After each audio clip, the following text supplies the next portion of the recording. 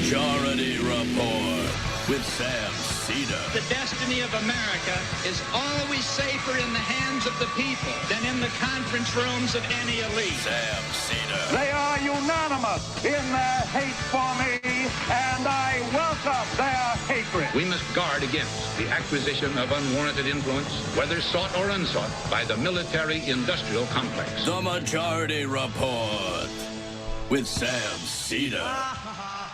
Ever get the feeling you've been cheated?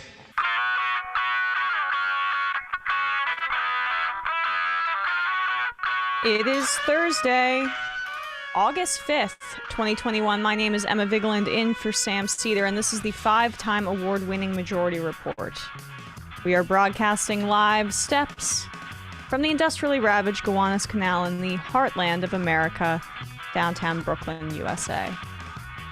On the program today, Jess McHugh, author of Americanon, an Unexpected U.S. history in 13 bestselling books. Meanwhile, the world has passed a staggering coronavirus landmark, 200 million documented cases, as the WHO urges wealthy nations to hold off on booster shots as the rest of the world is vaccine-starved. Meanwhile, as the Delta variant runs rampant over the nation, Biden's coronavirus approval takes a double-digit dip, from 65% in May to 53% now, according to Quinnipiac. The Chinese government has imposed lockdowns as cases surge, despite significant success, relatively, in tamping down the virus throughout this pandemic. In Florida, some school districts are fighting back against Governor DeSantis, who is threatening to withhold state funds from schools that keep mask mandates in place. What a gem of a guy. New York Governor Andrew Cuomo continues to lose allies as unions and political leaders who previously supported him have publicly denounced him. And in 4 separate counties, DAs indicate that investigations are forthcoming. And lastly, despite Biden's promises, immigrant detentions have more than doubled since the end of February.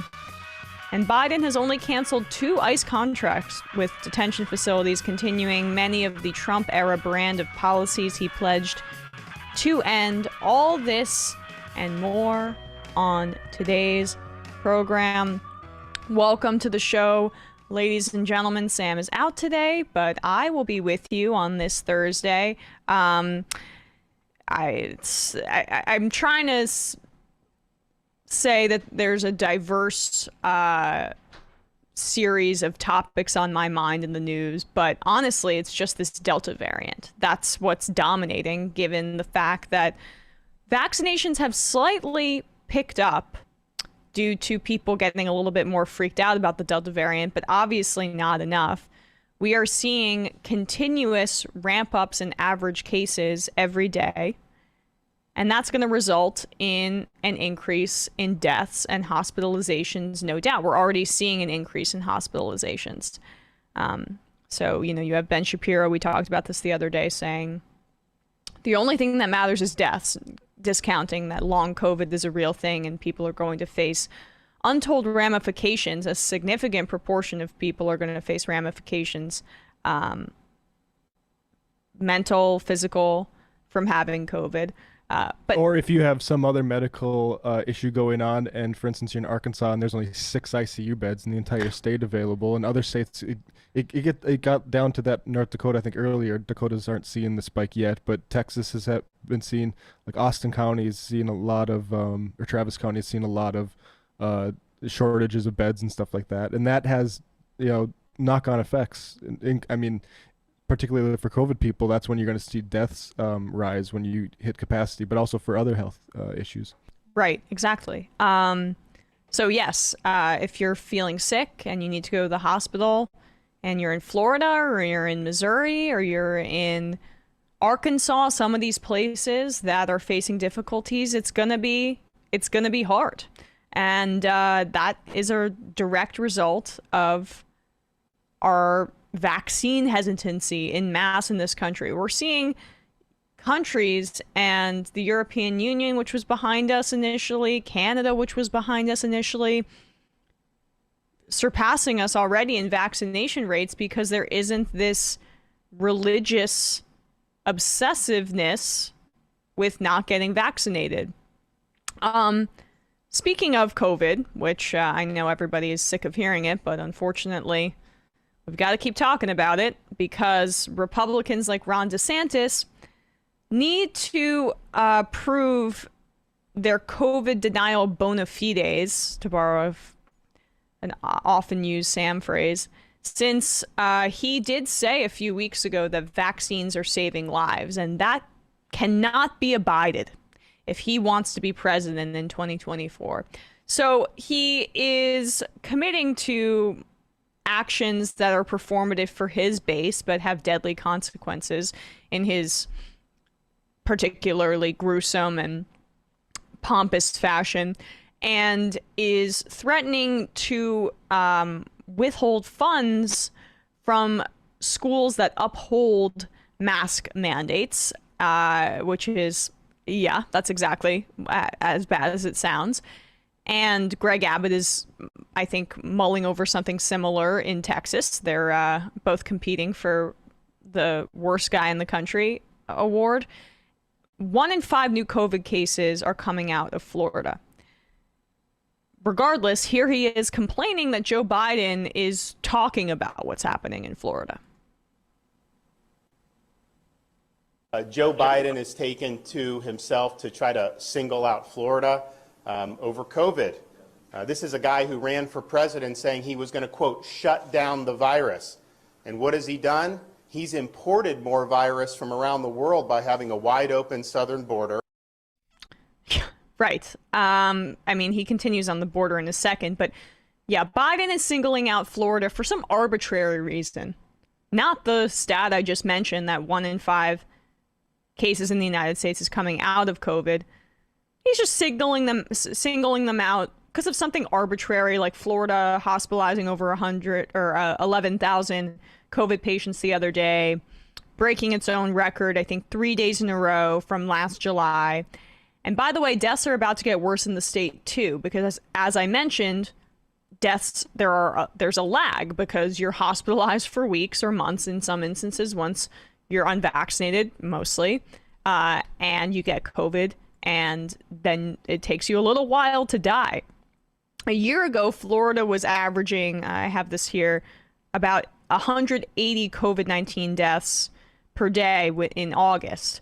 And last week it averaged 58 per day. But right now, there are 2,400 coronavirus patients in intensive care. And I wish them well. I really hope this isn't the case, but very likely that deaths will follow there. But here is DeSantis' suggestion for Joe Biden's leadership, since he's got such a great handle on things himself. Why don't you do your job? Why don't you get this border secure? And until you do that, I don't want to hear a blip about COVID from you. Thank you.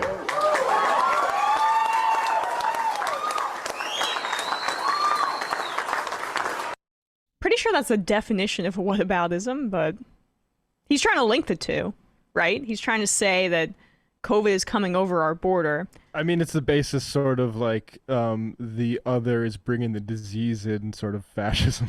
Yeah, exactly. It's And I just want to say, like, Biden hasn't opened the border. There's a lot of people being detained and being sent back to countries that they're trying to seek asylum from because we haven't just opened the border.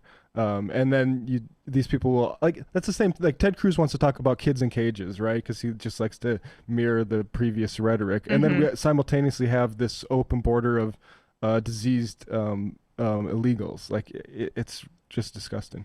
Yeah, it doesn't matter what Biden does. As I mentioned in headlines, Biden, since February, has doubled the amount of people who are detained in this country.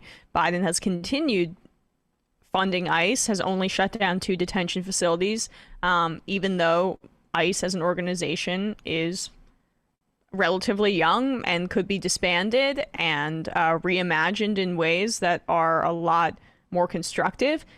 And we can take just simply more refugees and asylum seekers and immigrants in this country. We have room, and we have an obligation, frankly. Well, of course, yeah, because a lot of, I know it's difficult to reckon with because it doesn't completely square with American exceptionalist rhetoric. A lot of refugees throughout the world are in that position as a direct result of our own involvement in toppling governments. So he returns to that as easily as anybody can. It's muscle memory for that guy. But my recollection in U.S. geography is that Florida doesn't share a border with Mexico. Not sure what he's referring to in his state's case in terms of what's coming over their border. Maybe there's just, mass submarines from all of the scary countries that have black and brown people in them that are bringing COVID in blankets or, just breathing into people's mouths. But the reality is that his failed vaccine push, which wasn't a push at all, at the last minute, he freaked out, said something positive about vaccines, and we're supposed to give him a cookie. That it's failed, and it's his failed leadership that is the reason that the president is singling out his state. There's nothing else. There's no other reason that you can deflect from. You can't run away from this. Your state is in one of the worst shapes in the country, and that's a direct result of your own incompetence and / I guess targeted cultural nonsense. We have to take a quick break, but when we come back, we will be joined by Jess McHugh, author of Americanon and Unexpected U.S. History in 13 Bestselling Books. But first, we have a message from the past from someone named Samuel. Thank you, Emma. Hey, today's sponsor is BetterHelp Online Counseling. They're giving our audience 10% off their first month when you go to betterhelp.com/Majority Report. BetterHelp gives you access to your own fully licensed and accredited therapist via phone, chat, or video. Now, sure you're aware if you've attempted to go see a therapist, therapists elsewhere have long wait lists. Sometimes it can take you weeks. Sometimes it can take you months before they can see you. But when you sign up with BetterHelp, they match you with a therapist based on your specific needs, and you'll be communicating with them in less than 24 hours. A lot of people found telemedicine to be very helpful, particularly therapy during COVID. And I suspect there's a lot of folks who are just going to stick with that. I found it much more convenient. Obviously, a lot of stress coming out of a pandemic, a lot of stress during a pandemic, a lot of stress when there's not a pandemic. Therapy has been extremely helpful for me. It's always helpful to speak to someone. And once BetterHelp connects you with a therapist, if you find that it's not a good fit, you can switch to a new one at any time for any reason with no additional charge. They have thousands of licensed therapists from all over the country, so they have therapists with specialties that may not even be available in your area. BetterHelp also tends to be more affordable than therapists that you'd find through traditional means. You don't have to have insurance to use BetterHelp, and they have financial aid options for those who qualify. BetterHelp is giving everyone in our audience 10% off your first month when you go to betterhelp.com/Majority Report. That's BetterHelp, H-E-L-P, betterhelp.com/Majority Report.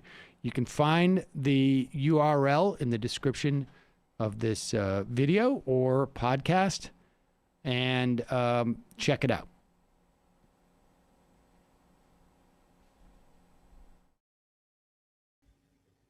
We are back, and I would like to welcome Jess McHugh.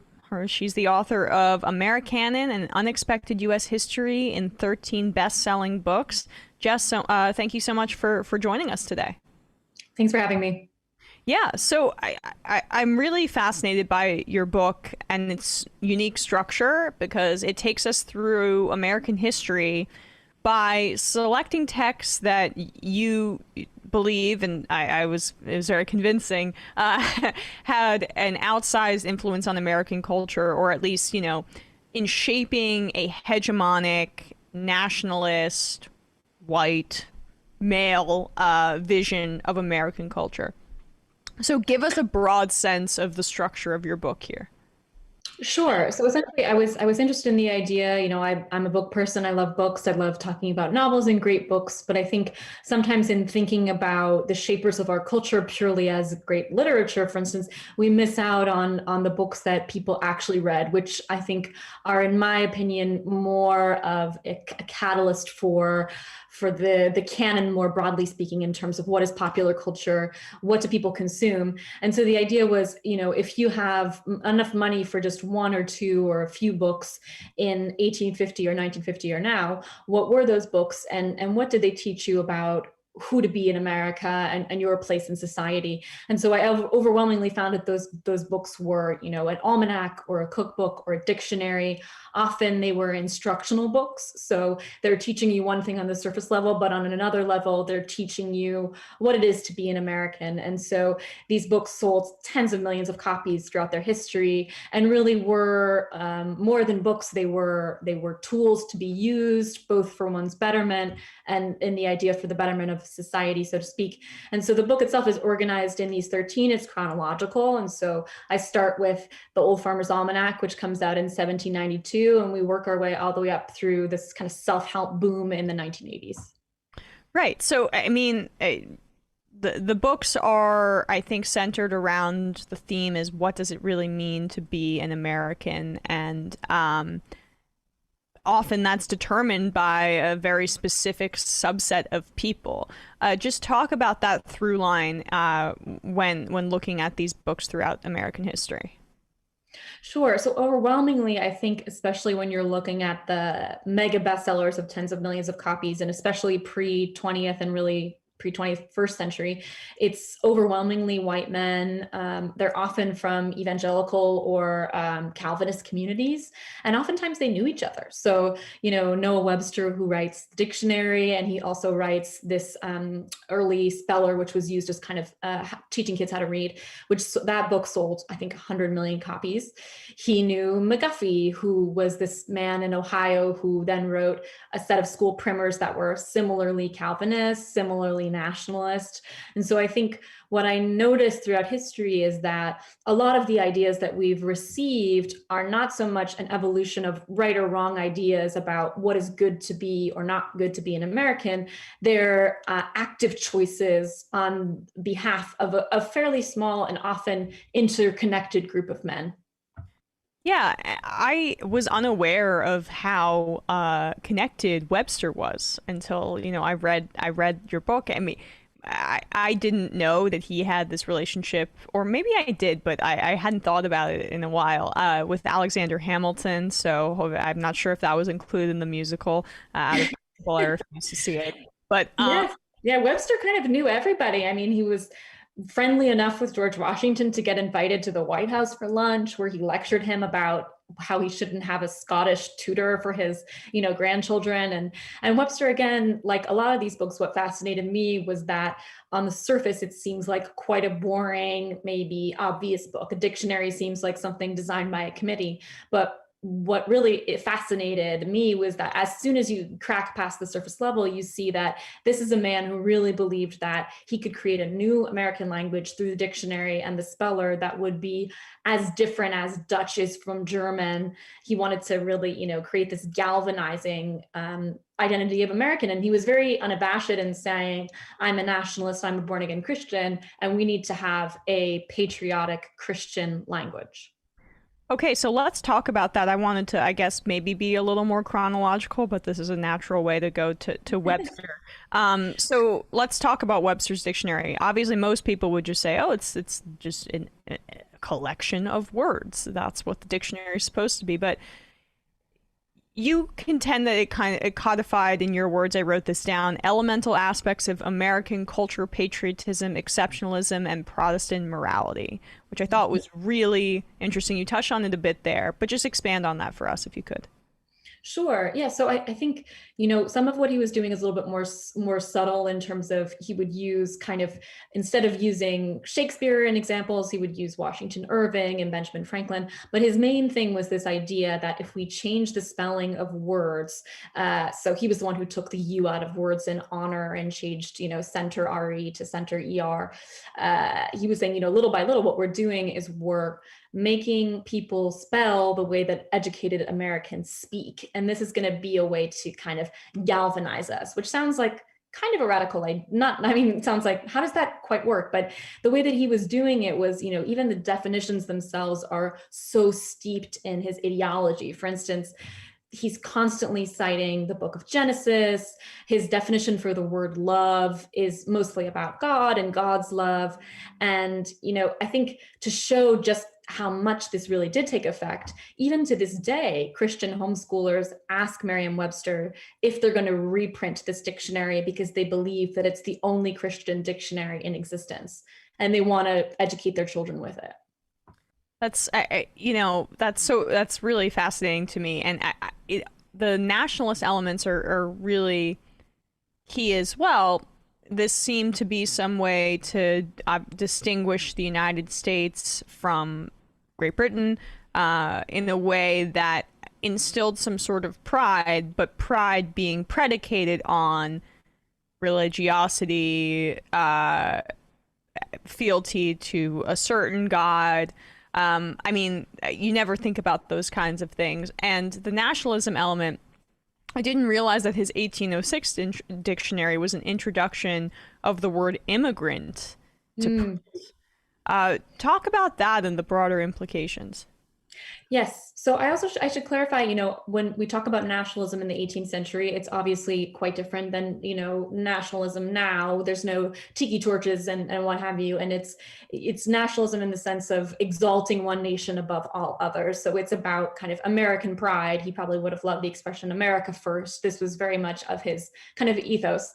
But so what he does with the word immigrant is interesting to me, because usually, you had immigrate, you had emigrate with an E, and the idea was to remove for a period of time or for a purpose. But he changed this meaning to be to move forever. And there was one historian who said that this, went so far as to perhaps instill maybe a fear of immigration in the long term. And it's hard to say how much that was the case, but it certainly was something that was top of mind for him, because his fear as early as the 18th century or early 19th century was, okay, we have Germans, we have we have Germans, we have French, we have British, people who are now under this umbrella of American.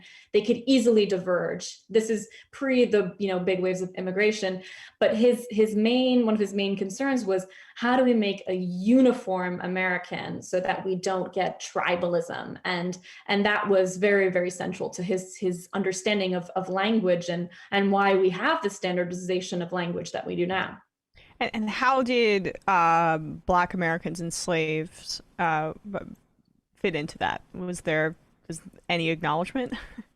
So he's a little tricky on that one because, earlier in his young life, he is an outspoken abolitionist, and he has a newspaper with the loan that he gets from Alexander Hamilton. And he, writes op-eds about why slavery is wrong. But then when he gets older, he's, like many people as they grow older, he becomes more conservative, and he fears that, total emancipation is going to cause chaos. And his primary concern, as like I've said, is order and conformity. So anything that is a threat to that, he perceives as a threat to his greater project. And so he sort of shifts gears later in life and says, well, maybe we should have some caution in freeing the slaves. And what's interesting too is a lot of it comes back to his own agenda. How does slavery fit into his understanding of himself? And for him, he was all about Yankee superiority, Northern superiority. So in his definition of slavery, he writes, slavery no longer exists in the northern states of America. Gotcha. It's fascinating to have superiority about a region of a country where you're trying to promote some sort of national unity to preserve American exceptionalism. Seems contradictory. I don't know, but oh yeah, he's full of paradoxes. Let's talk about the first chapter of your book, which you begin with the Old Farmer's Almanac, which was published in the late 1700s. Talk about what it said about being a model citizen and how it kind of set the expectations for what it is to be an American, and maybe some of what we're still grappling with today. Sure. So the Almanac is again endlessly interesting to me, because it's in many ways kind of a strange book if you look at it now, because it has, for people who aren't familiar, it has sunrise times, and it has tide tables, and it has, here's when you should mate your animals, here's some jokes. It's kind of a Swiss Army knife of a book. And what's kind of unusual about this almanac is that instead of just providing farming information, it's sort of providing a blueprint of Republican values, Republican in the notion of republic, not a party. So it's exalting the small farmer as the ideal citizen in a new way, and in a way that of course there are other people talking about the small farmer in the 18th century and in the 19th century, but the thing that's quite unusual about the almanac is that it's everywhere. It's, it still sells 3 million copies a day, this particular almanac. And in general, many people were more likely to own an almanac than even a Bible, for instance, because it was something that you didn't just read and put on a shelf, you read it every day.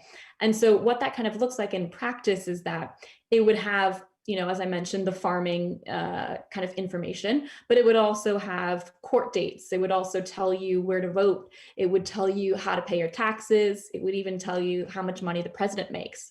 And there would be also anecdotes about, the ways in which the small farmer was ideal, was even more powerful than the clergy or senators. And I think it really lays out this fabric of our beliefs about the small farmer that have persisted for 2.5 centuries.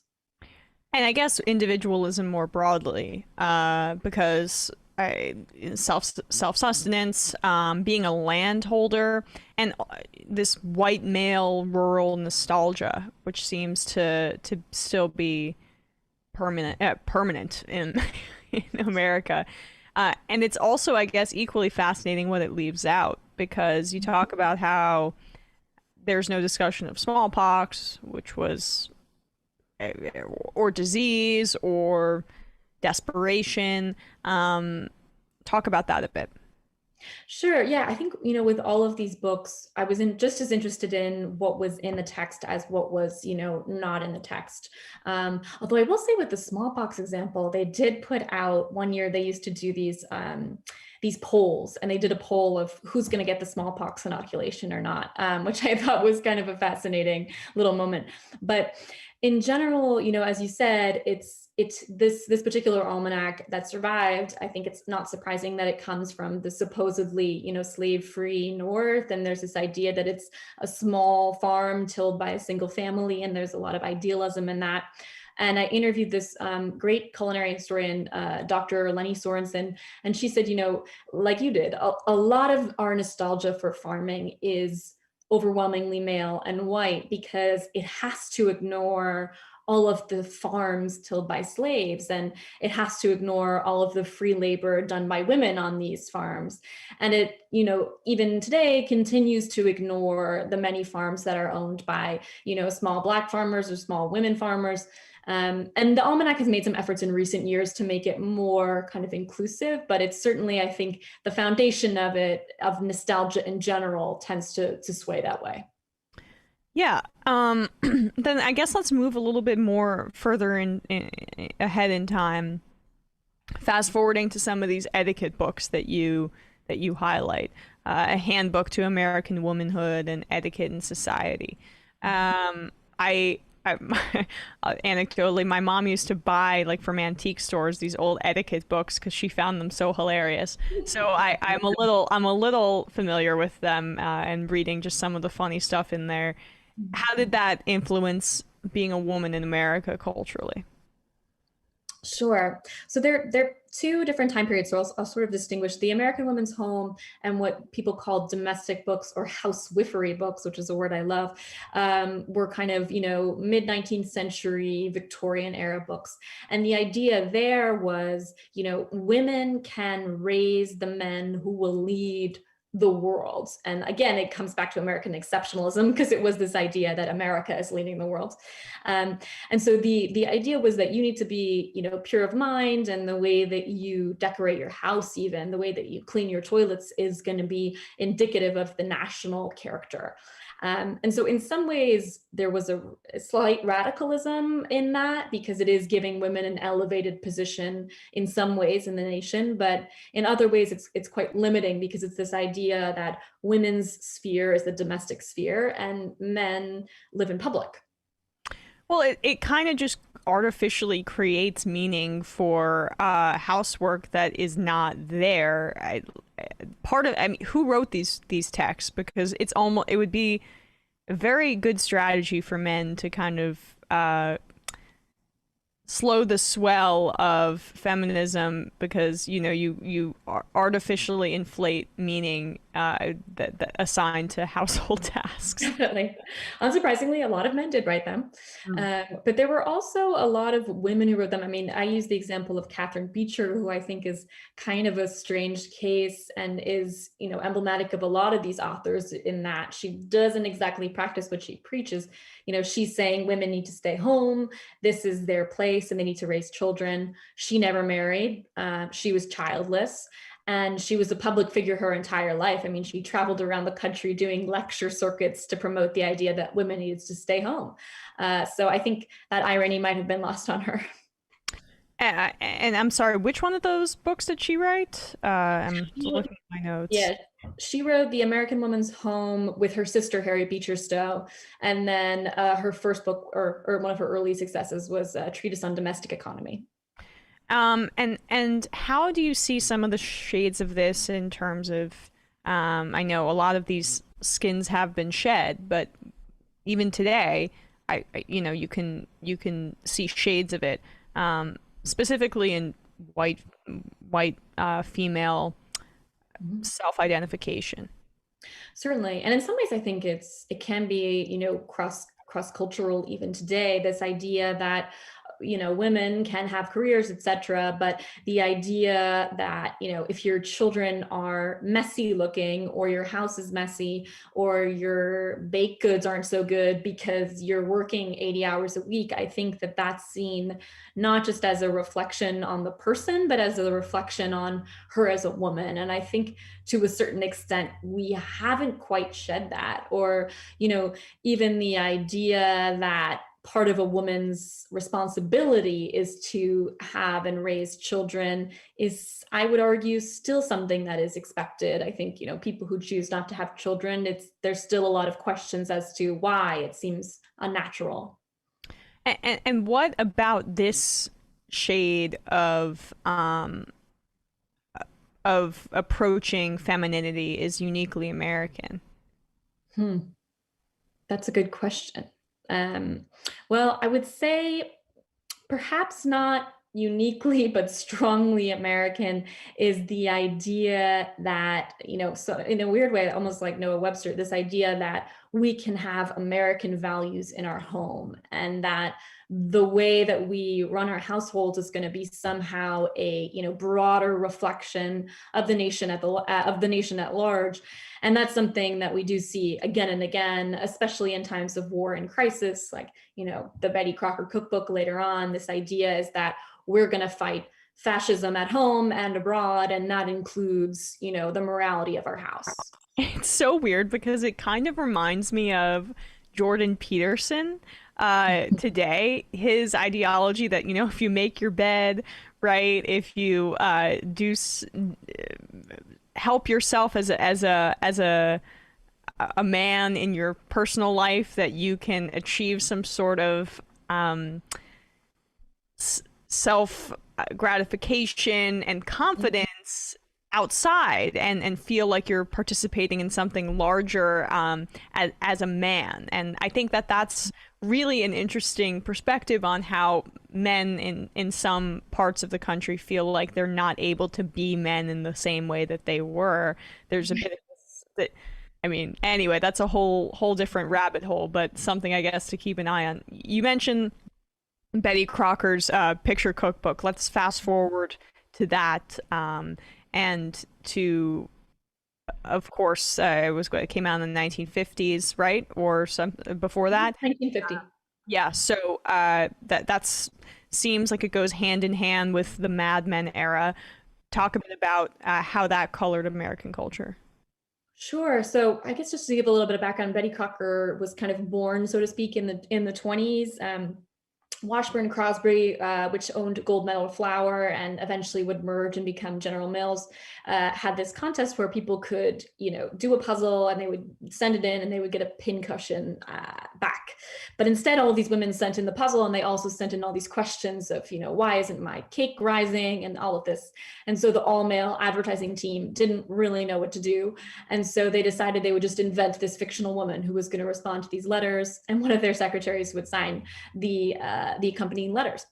And then, with radio, Betty Crocker becomes this big figure, but really her heyday, so to speak, is the kind of pre-war and then post-war era. And again, kind of, as I alluded to before, a lot of what she's saying, especially in her broadcasts, is the way to have a moral nation is to have a moral home. And women can prevent their husbands from getting into fights in bars if they fed them better.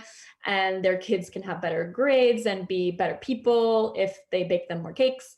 And obviously this is an oversimplification, but a lot of that ethos is really in there. And it becomes especially potent because Betty, urges people on the radio during the war to join the war effort and to, work in defense factories. And then post-war, she says, all right, thanks so much. Time for you all to return to the kitchen and to the home where your real, goal lies. And I think similarly, it's a way of elevating the stakes of home life in order to convince people that it's worth doing. So I guess if you could bridge the gap, I know you just did a bit there where, of course, women were working during the war, between the Beecher era of the American Woman's Home to the Betty Crocker picture book era.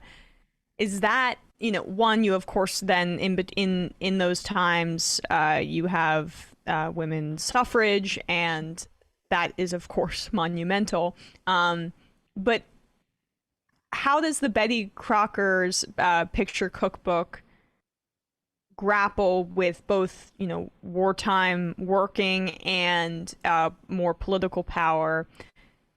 How does it kind of rearrange female empowerment to fit into this hegemony that's the through line that you're talking about here? Sure. So I think it kind of reinforces that same, separate spheres, that comes from the Victorian era. This idea that, women are in the private sphere and men are in the public sphere. And so for some people, even you could argue in the 60s and 70s, it's kind of this idea of, separate but equal. We need to just raise the stakes of homemaking so that it's as important as what as what men are doing in public. And you see both Catherine Beecher and the people behind Betty Crocker doing a lot of the same. What is also similar too is that both, and I think, there is some truth in it, both did seem to see some empowerment in what they were doing. So I think, for a lot of women in the 50s, they didn't feel as if they had another choice except for to be homemakers. And they often, wrote these letters to Betty Crocker feeling lonely and unappreciated. And especially during wartime, there was something powerful about someone on the radio that you trusted saying, the work that you're doing, the hard work of rationing and growing food and taking care of children and working in a defense plant is actually helpful and it's glorious, and you might not get a parade, but I see you. And that's something that resonated hugely with so many women. Right. I want to move on, be a little bit more linear, but I do want to ask about, because I think it's within the context of femininity, really interesting. I think this is the last chapter of your book, Everything You Always Want to Know About Sex But Were Afraid to Ask, which came out in 1969. So around 20 years later. That's a huge shift from Betty Crocker to let's talk about sex, but obviously in this very heteronormative way. Talk about that. Sure. Yeah. So in some ways it's a big shift, in other ways not so much, because I think I had this, idea that everything you always wanted to know about sex would be quite a freewheeling, free love era book. And it's really not. I think it becomes quite clear as soon as you start reading the first edition that this makes sense. If you were born and you grew up in the late 40s, early 50s, and you grew up on the Betty Crocker cookbook, and now you're 18, 19, 20, you're buying this book, they kind of go hand in hand, because what on the surface seems like a kind of hippie guide to sex is really quite a conservative book in many ways. And so, for instance, it says that, what he calls homosexuality is a sin, and that he doesn't use quite the word sin, but that it's a ravage, and that these people are animals. And it's reinforcing the idea that, sex is something to be done between husband and wife, and maybe you can have a little more leeway in terms of what husband and wife can do in the bedroom, but it's still heteronormative, procreative sex. And it's, looking down on really everybody, and very anti-Black too. It says explicitly, Black people have more venereal diseases, white people and Black people shouldn't mix for this reason, which is quite shocking to read in a book that comes out at that era. Yeah. So, I mean, is much of the through line of your book, or some of the connections that you make there, how much is anti-Blackness prevalent? I mean, I would imagine a lot, but it's the picture painted is, of course, heteronormative, white, and male-dominated. But to have one of the more modern texts be that explicit about it probably punctuates a lot of that theme. Certainly. Yeah, I think, many of these books often deal with race in quite a kind of indirect way, which is to say they're either not talking about this kind of what's happening in the background, or they're actively ignoring it. And so I think a lot of what that looks like is, for instance, we were talking about the Betty Crocker cookbook. It's a very, very white book in a lot of ways. I mean, the characters are all white, all the drawings are very white and thin, and there's certainly kind of a mold to be filled.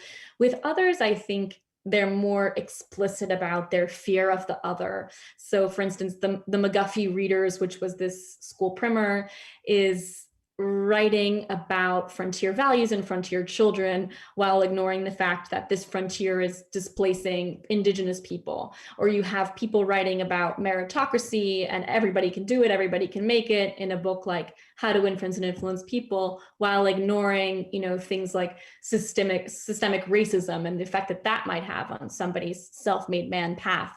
So I think it's often both in silencing the narratives that would contradict this "you can do it, you can have it all" narrative, and also the idea that what they're presenting is a very homogenous view of America. Yeah. And you can do it and have it all. That brings us back to How to Win Friends and Influence People, which we haven't talked about yet, which to me just seems make capitalism work for you.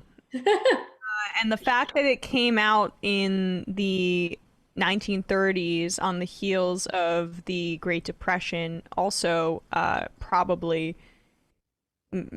means that people were grappling with this economic system that was not working for them. Exactly. Talk a bit about that.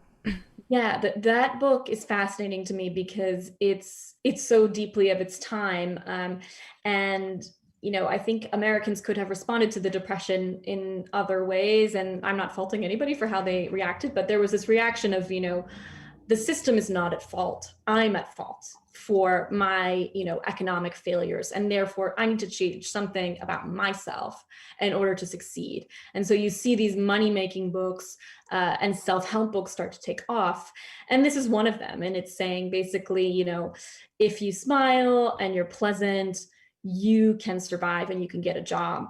And there's something a little bit dark about that because it's very much a zero-sum game.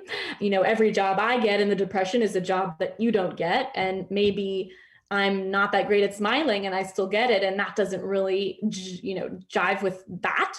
But I think in credit where credit is due, people did find something, and to a certain extent, 35 million people bought it. Some people, got something out of it. And Dale Carnegie himself was hardly, a master manipulator. He grew up deeply poor and lived on this farm that had all these pigs dying of cholera and flooding. And it really was just a way to survive. And I think he was trying to help others survive. And we might not agree with the framework he's come up with, but I think he was grappling with those questions in quite a real way. Right. But it is just interesting that there isn't a larger, a lot of these books, or maybe all of them post the first few, are about how do you make a society that is not working for you work for you. And these being bestsellers might say something about the structure of our society. And self-help books in and of themselves, which have a lot of these same themes of how to win friends and influence people. I mean, I would imagine that's incredibly influential, no pun intended, on this genre, which is just basically saying how to change yourself to work within a society that's rigged against you. I guess just grapple with that, because so much of all of these texts are built on this great lie of American exceptionalism, and then it's all just about working within that exceptional framework where if you just did away with the illusion, it might be a bit easier. Right, exactly. Yeah, I found myself when I was, trying to figure out which books I was going to use and reading a ton of self-help books. Sometimes I found myself wanting to say, just join a union. This will help you more than this book. And that's certainly a frustration. I think, again, they're often, as I say, almost all of these books are responding to a time of chaos or crisis in American culture, whether it's a war or an economic depression, and people are looking for answers. And because our mythology teaches us that we must be at fault if we're having an issue, I think that leads them to say, okay, I can buy this book for $3.99 and this is going to give me some help. And like you said, I think it's sort of a game of small returns. Some of these self-help books can help you maybe go from being an employee to being a middle manager, but they are promising you that you can go from being poor to being rich. And I think that's where I've taken issue with them. So yeah, I guess just bring it to modern day then, if we could, to sort of wrap things up. What are the remnants from all of these texts that you wrote about? Where are they seen in society today? And, how relevant is all of this? Because it seems quite relevant. Mm-hmm.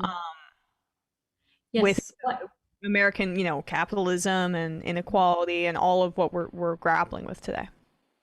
Definitely. I think, there are certain specific books that are still having a huge influence on our culture. So whether it's Webster's dictionary is still kind of the authority in terms of what is or is not a word. The Farmer's Almanac still selling 3 million copies a year. In terms of kind of more modern iterations, I still see so many of these themes in terms of Protestant work ethic, optimism, meritocracy in many of the self-help books that we see today. So I think a good instance of this is Rachel Hollis, who wrote Girl, Wash Your Face. The idea that, again, washing your face or making sure that you make your bed is what's going to make you a girl boss. And even all of that kind of language, I think, is deeply wrapped up in many of these same themes in a way that maybe someone like Noah Webster would not love. And also, I think it was brought to the fore for me in this past few years of the pandemic and also racial reckoning and otherwise. I think these stories that we tell ourselves are in many ways a kind of method to bypass national mourning or to really look at what is currently happening or what we've done as opposed to what we would like to do or what we were as opposed to what we would like to be. And so I think that storytelling is so constant, and whether it comes from a a cookbook or whether it comes from a politician or a novel, it's kind of omnipresent because we're afraid to let certain elements of this American story go. Lean In is another book I think of, right? 100%, 100%. Yeah, so Lean In, the concept is just, if you want to be a woman that gets ahead, let's not look at, I think, the more structural issues in place. You have to be a better capitalist woman. You have got to be more effective and be more like a man. Right. I guess if you were to write, you know, that just seems very much in keeping with the kind of, and it's also very directed at white women, by the way. That also, it seems kind of in keeping. And I would even put White Fragility in there, right? Mm-hmm.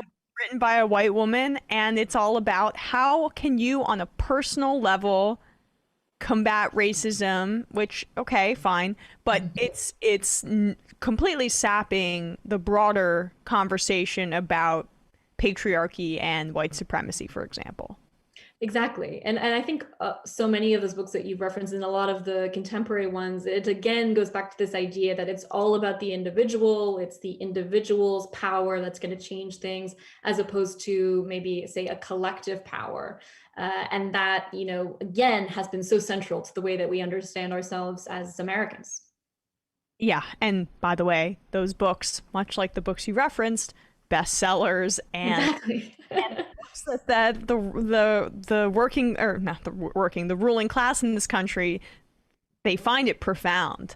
Mm-hmm. They don't find the books that are a bit more directed at power to be that profound. Surprising.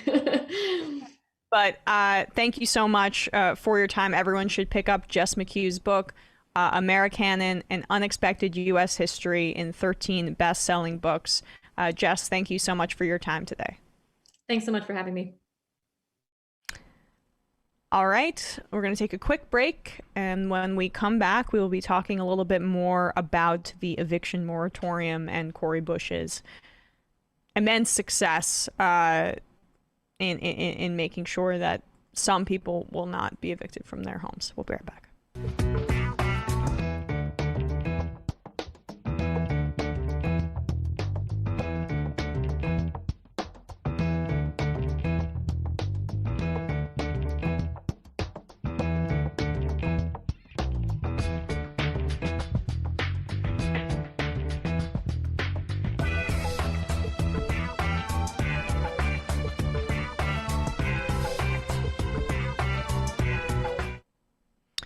Another great interview. I mean, I'm not praising myself. Nailed it, Emma. Yeah.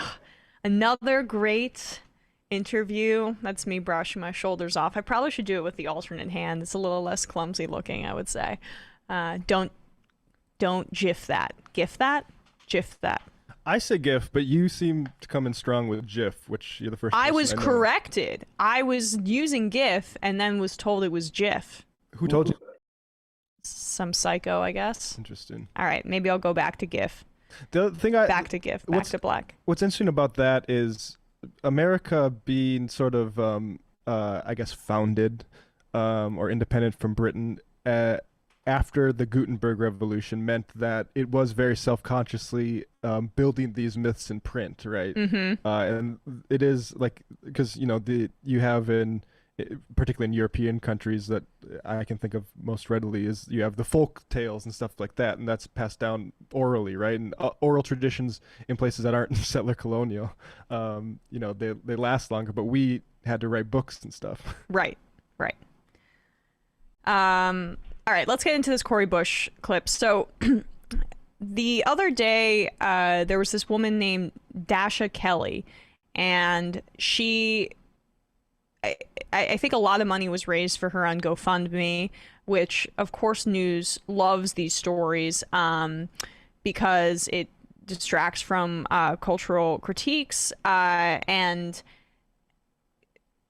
long story short, though, she was facing eviction on Monday. And as Representative Cori Bush was camping out on the steps of Congress to save the moratorium, she was facing immense insecurity and did not know what her and her kids were going to do. She lost her job as a card dealer in a casino in Las Vegas due to the pandemic.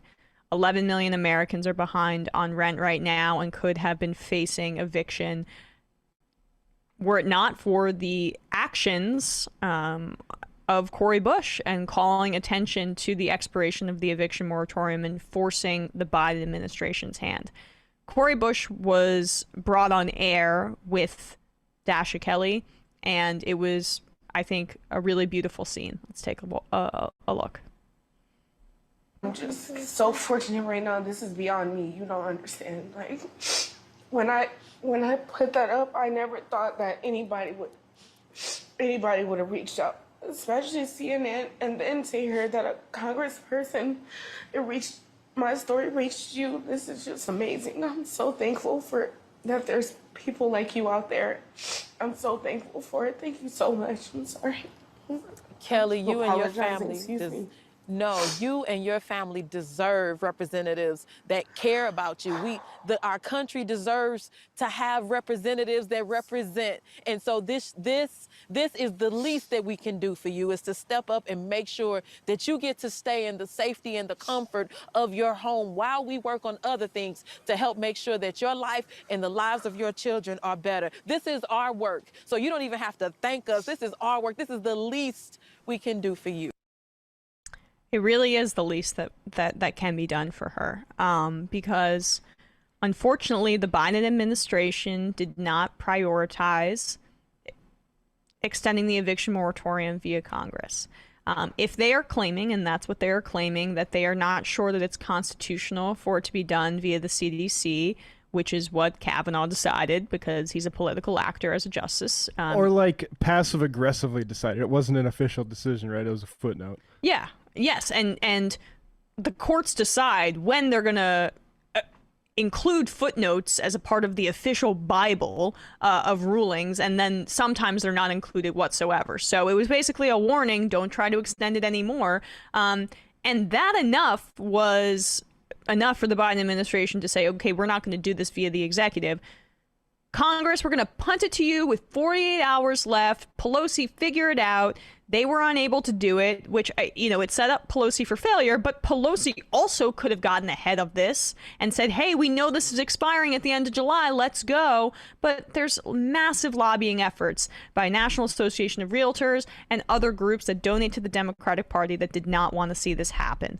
The reality is that there are funds that are available for these landlords if you're so worried about the landlord's passive incomes. And there are smaller landlords who, I guess, rely on this, but there are funds available to them. The majority of the people pushing to allow evictions to continue, they just want to get people out of there so they can hike up rents and get in wealthier people to take up space in their buildings and then make money again. Because if they wanted to, they could get the money from the government, and they're choosing not to do so. But luckily, Cori Bush stood strong, and you see right there, that's a human face with her children of who would be affected if this moratorium went away.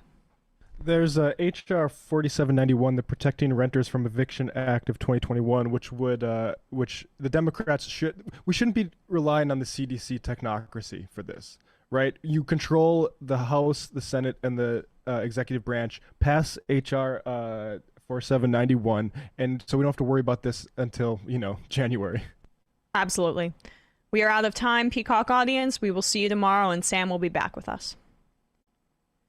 But if you are sticking around, I found out before the show that Glenn Greenwald went after me for an old tweet. I just want to say, folks, I joined the public eye at age 22. There's gonna be bad takes.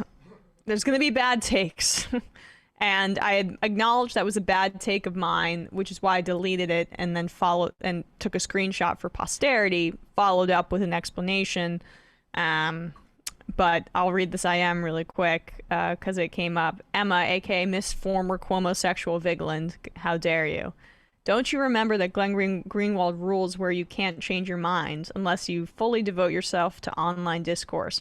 This is just like the caller yesterday and what happens when you're generally so online that it completely warps your view of the world. It's not moving left or in the ultra anti-establishment realm, it's just the Twitter report, which Glenn has embraced. Yes, he's going through all my old tweets about Tucker Carlson too, and thinks it's indicative of what one believes now. It sucks that so many people have bought into it, and with his attacks on Taylor Lorenz, among others, can lead to online harassment. Hoping the same doesn't happen to you. Stay strong. Thank you, Will from Indiana. A little too late, but I'm trying to unplug and disconnect from it. What's up, Matt and Brandon? How you doing?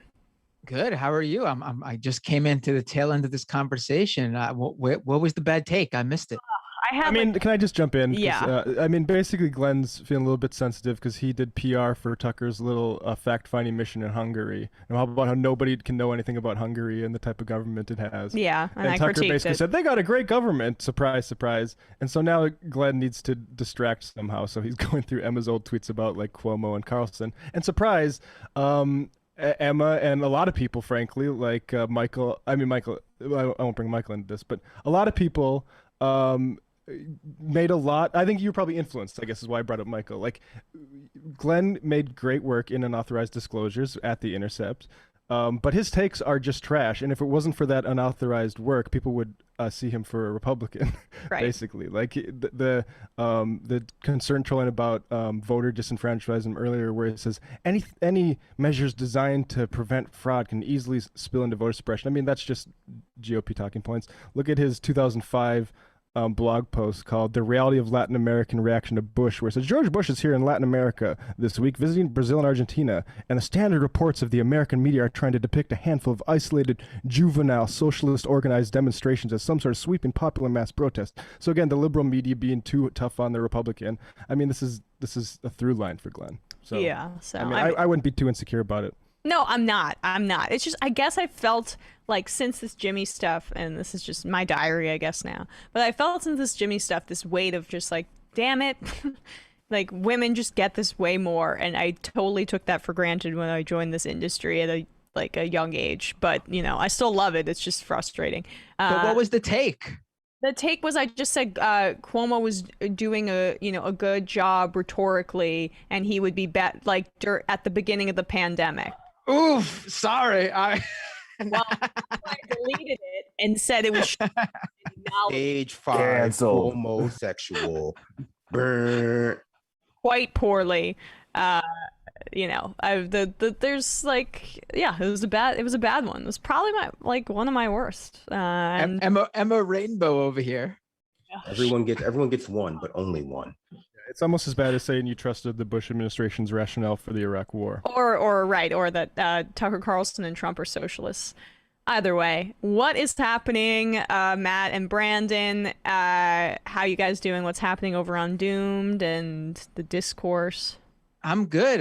Just real simple. 9 p.m. tonight, Eastern time, youtube.com/Matt Binder. I'll have a great show for all of you. So be sure to subscribe now if you're not. I mean, you're on YouTube already. Might as well just hit subscribe on my channel. And see you all tonight. Or on the podcast, if you don't listen live, doomedcast.com. Right. Well, I'll keep it simple as well. We'll have a new episode out on the Patreon by tonight. Sorry for the delay, folks. You know me. I don't advocate working. So, I take that very seriously, even in my own life. And Left Reckoning, what's happening? Left Reckoning, we had Ryan Pollack on to talk about unions and climate action. I also went into Tim Pool. There's this new report about Tim Pool basically being an incompetent narcissist that basically shot to stardom because he had streaming equipment at Occupy, and then like Google Glass said, hey, here's the Occupy journalist, let's give him stuff. And he's been writing that sort of credibility somehow into being a laundromat for right-wing propaganda. So we talk about that. Patreon.com/Left Reckoning to get the post game. Perfect. All right. 646-257-3920. See you in the fun half. You are in for it. All right, folks. 646-257-3920. See you in the fun half. Are you ready?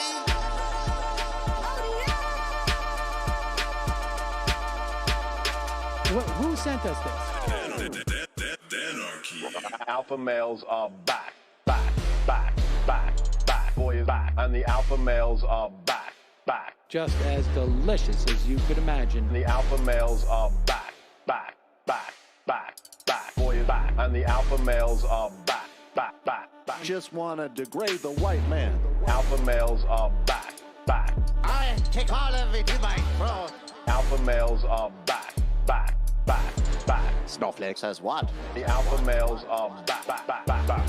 You are a madman. And the alpha males are back, back. Oh no, Sam Cedar! What a fucking nightmare! Bring back DJ. Yeah, or a couple of them. Just put them in rotation. DJ Danner. Well, the problem with those is they're like 45 seconds long, so I don't know if they're enough of a break. That's fucking nonsense. You see white people doing drugs, they look worse than normal white people, and all white people look disgusting. And the alpha males, psych, fuck them, fuck them. Snowflake says what?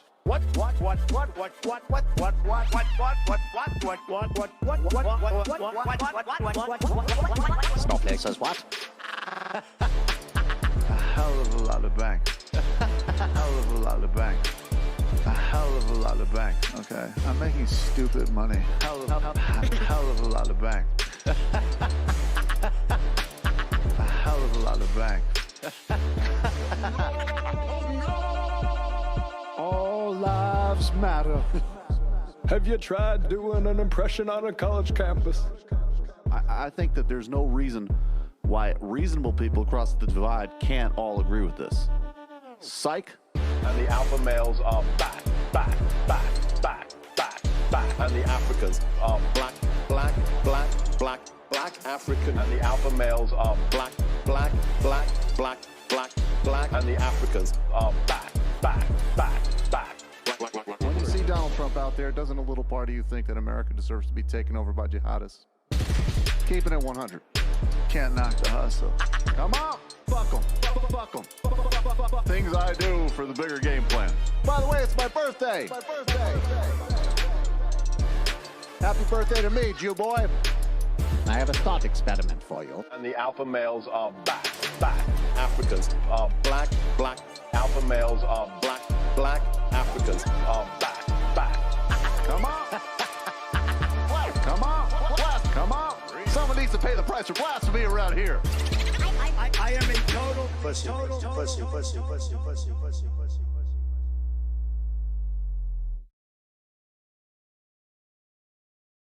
I'll go back to the phones, I guess. Makes sense. We are back, folks.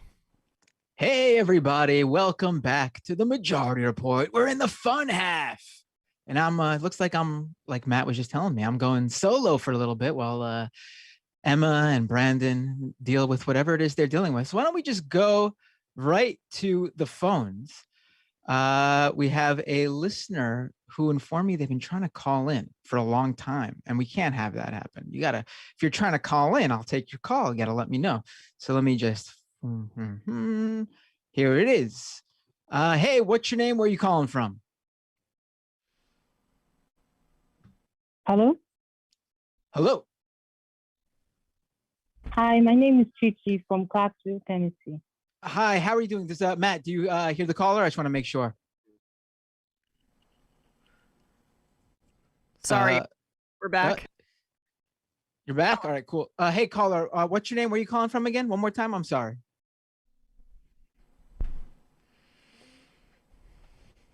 Hello? Looks like the caller dropped. That was the issue. Let me take another call then. Let's go to 847. What's your name? Where are you calling from? Hi, can you hear me? I can hear you. What's your name? Where are you calling from? Okay, yeah, Phil from the Chicago suburbs. Just wanted to say two real quick things. One, shout out to Glenn Ford, rest in peace. And two, I missed the beginning of the show today, so if you talked about it already, do people know about HR 1374, this energy or this critical infrastructure protection bill? I do not. Emma, Brandon, do you hear the caller? I just want to make sure that the call system is working. Okay, cool. I can hear the caller, yeah. Yeah, why don't you go ahead and tell us about it? Okay. Yeah. So all I know is what, some activist groups say about it that, seem credible, which is that they're concerned that the language is too broad, that it's kind of probably targeted at trying to criminalize people who are protesting, pipelines and things like that, and that people should oppose it, at least until that language is changed. So that's HR 1374, the Enhancing State Energy Security Planning and Emergency Preparedness Act of 2021. I think it's passed the House already. Right. All right. 1374, you said? Yeah.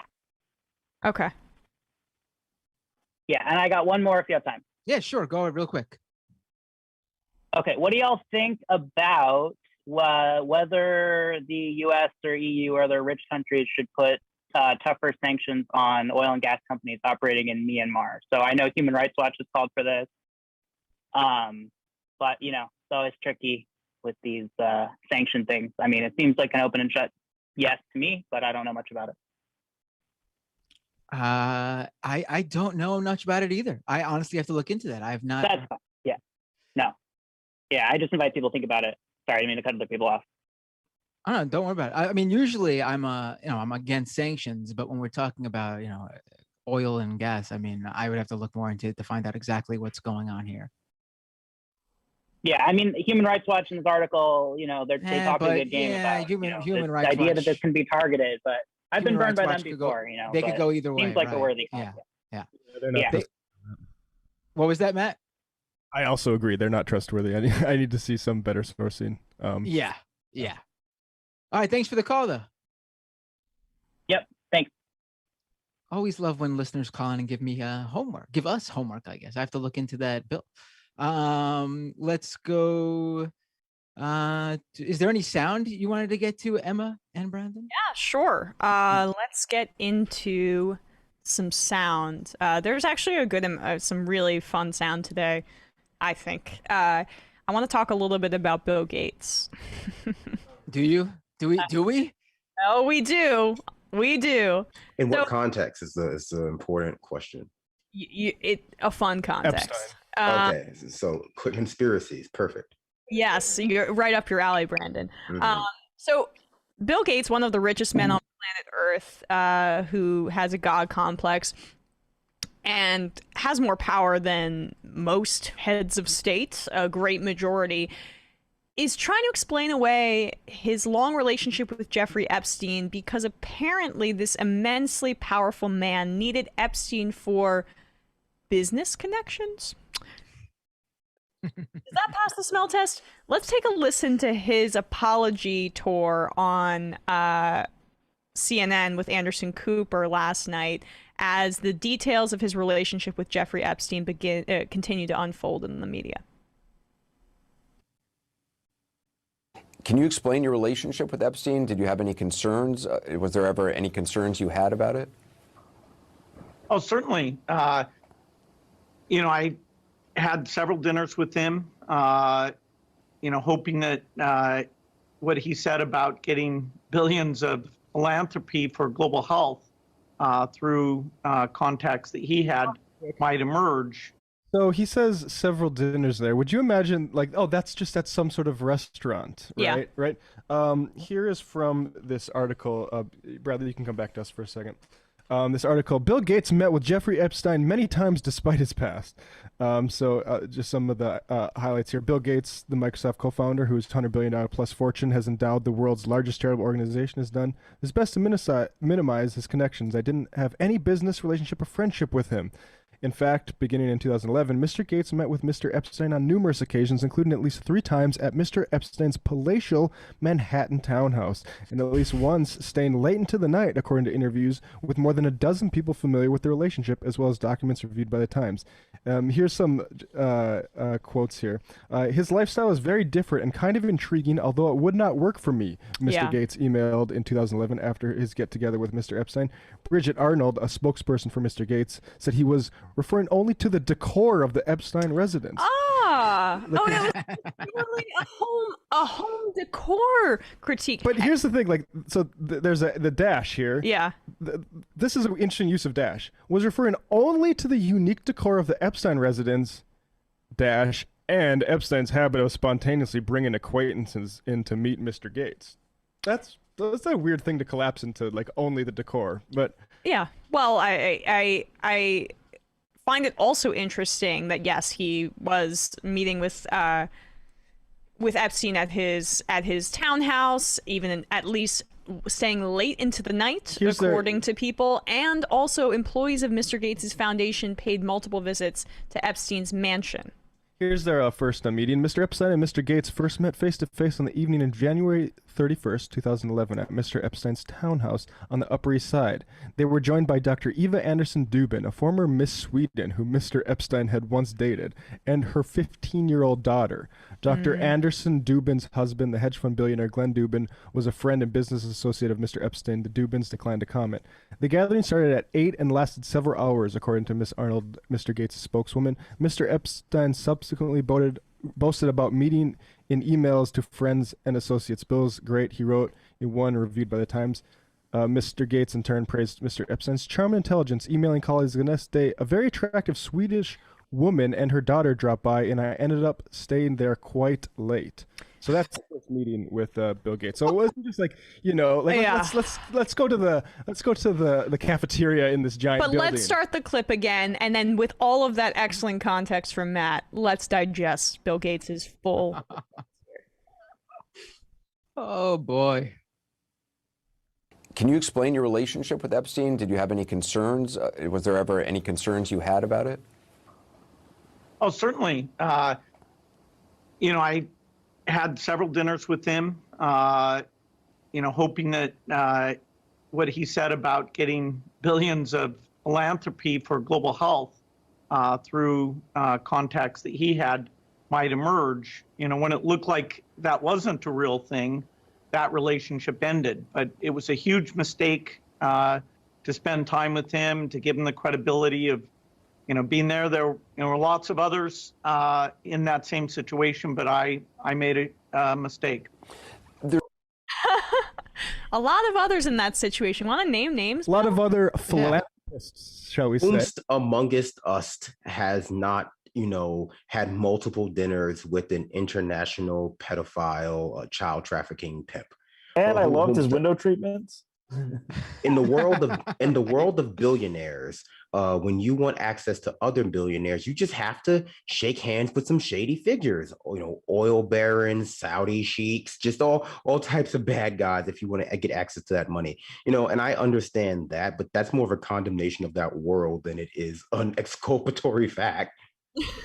Listen, I'm not gonna speculate here, but I'm gonna say that, if I was married to someone for a very, very long time and had this relationship with them where we were philanthropists together, and we ran these organizations and we were very wealthy, I don't think that person who's stuck by me through thick and thin for all these years would leave me because of just a few dinners. That's just my guess. Well, I was going to say, well, you mean, I understand what happened. Bill Gates heard that Jeffrey Epstein was a full-on rapist, and it was just a little bit of miscommunication. He heard it wrong.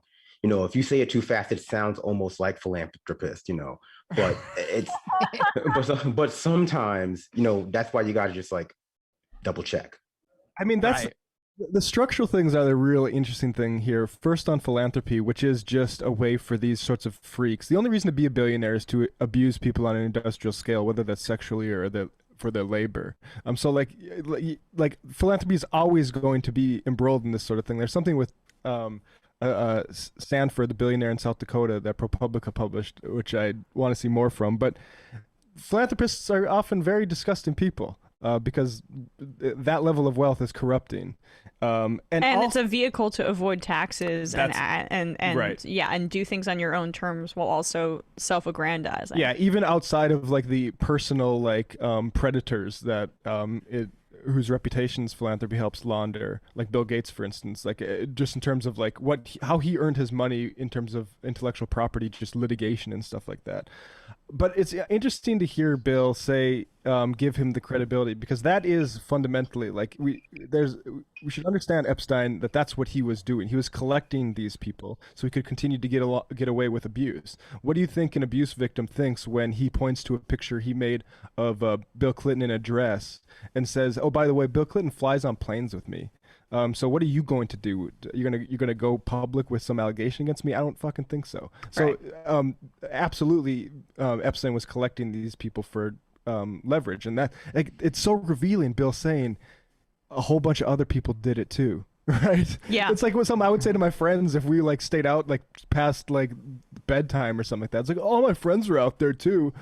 It's like Little St. James isn't staying out past your bedtime, and neither is the Upper East Side apartment mansion. Yeah. Right. I mean, for me, it's also interesting in that same vein, Matt, trying to, watch them twist themselves into pretzels to keep up this just cultural narrative that billionaires are billionaires because they're really smart, and, letting them have that money to do philanthropy with or to do charity with is worthwhile because the government would just misuse it. And these people just have like a higher level of cognitive ability, trying to also assuage that with, I didn't know I was hanging out with a billionaire child trafficking pimp, despite that this being publicly available information, like trying to have them fit both hanging out with him all the time with this just a scriptive version of billionaires that's like inherently morally or intellectually superior. That's why they have this money. But like if that were the case, you can't have not known, or you're just a bad person. It just doesn't fit into that like framework. Right. All right, let's get into another clip. I think we've exhausted that a bit, but this one's really interesting to me. Oh wait, no, this one's hilarious. Okay, I've been waiting for this. I saw this a few days ago. This is a pastor. His name's Greg Locke. Oh yes, Greg Locke. He's a real piece of work, that guy. Well, I think that your diagnosis is going to be reaffirmed with this video. I just think this is important and instructive because we are not evangelicals, not speaking for Brandon, but I'm pretty sure, or Matt, pretty sure. I am not a practitioner of the Christian occult. No, thank you. I certainly am not, and we're good here. We need to understand that there's a part of the country that's digesting information like this. This is Pastor Greg Locke at a Sunday service a few days ago. I like that stance already. He's about to get into it. He's about to spit some fire, I can tell. No, the shirt suit combo screams America. Yeah. I could already tell you're gonna have to lower his sound a little bit, actually, just from that one quick clip. That go ahead. Been right about all of it. We've been right about all of it. Woo! Yes. Yes. These wicked fools don't win in the end. They don't win in the end.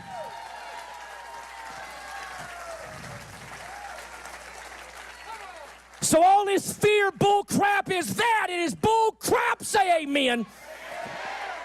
I know you've never been to a church where a pastor told you to say amen after I said bull crap. It's better than what I want to say. I call it real BS, biblical stupidity. Biblical stupidity. So I know I wasn't going to say nothing about it, but I think I feel froggy enough. I'm going to jump right now and just say this. I am not apologizing for what I said on this platform last week. The Delta variant was nonsense then. It is nonsense now. You will not wear masks in this church. You will not wear masks in this church.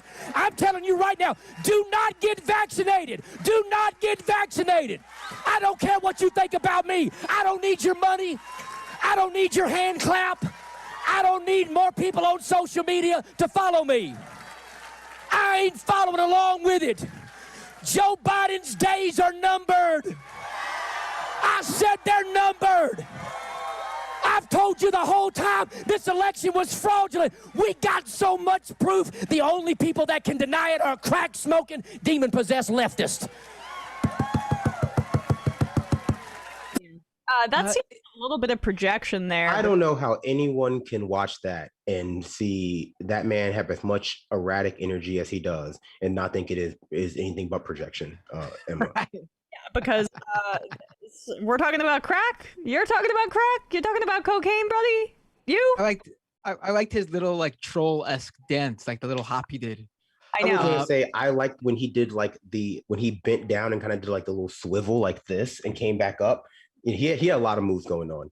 Oh yeah, to be a part of a breakdancing fight. Yeah, exactly. I'm assuming this guy's church is a tax-exempt religious organization. I think something there had to have run afoul of that, right? I mean, well, he name drops Biden.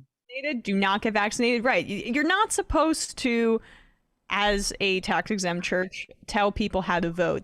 I guess he didn't necessarily say don't vote for Joe Biden, but he said the end was near for Joe Biden or something to that effect. I think the message there is maybe smoke crack. I'm fine with it, but definitely don't get vaccinated. So also, if you're possessed by a demon, watch your intent too, because you don't want to mix things like that. I was pretty moved by the whole thing. Gotta say. Tear in your eye, Bradley. Yeah, I was pretty overcome there. Yeah, I actually find it off-putting when people have that much energy. Like when teachers have like too much energy, I find it to be a little off-putting. He had more energy in that moment than I've had ever at any one point in my life. I don't do drugs though. At most, I'll put like the Vicks Vapor Rub a little bit closer to my nostrils than it's appropriate, like instead of on the chest. But that's it. But that guy, no, for sure. Yeah, I just do not get vaccinated over and over again. And he's also saying that the Delta variant is not real. Like to a crowd that cheers to him. What do we do with this? I mean, this is just like, I feel a thing that when you put it into the religious framework, when you like see a religious person doing it, it screams cult, right? Because it's a religion, it's Christian religion. So we're not as used to calling that a cult as, maybe it deserves. But in cases like with extreme evangelical Christian revival tents where, this entire community is being segregated and made more susceptible to a disease as a result of being a member of this church.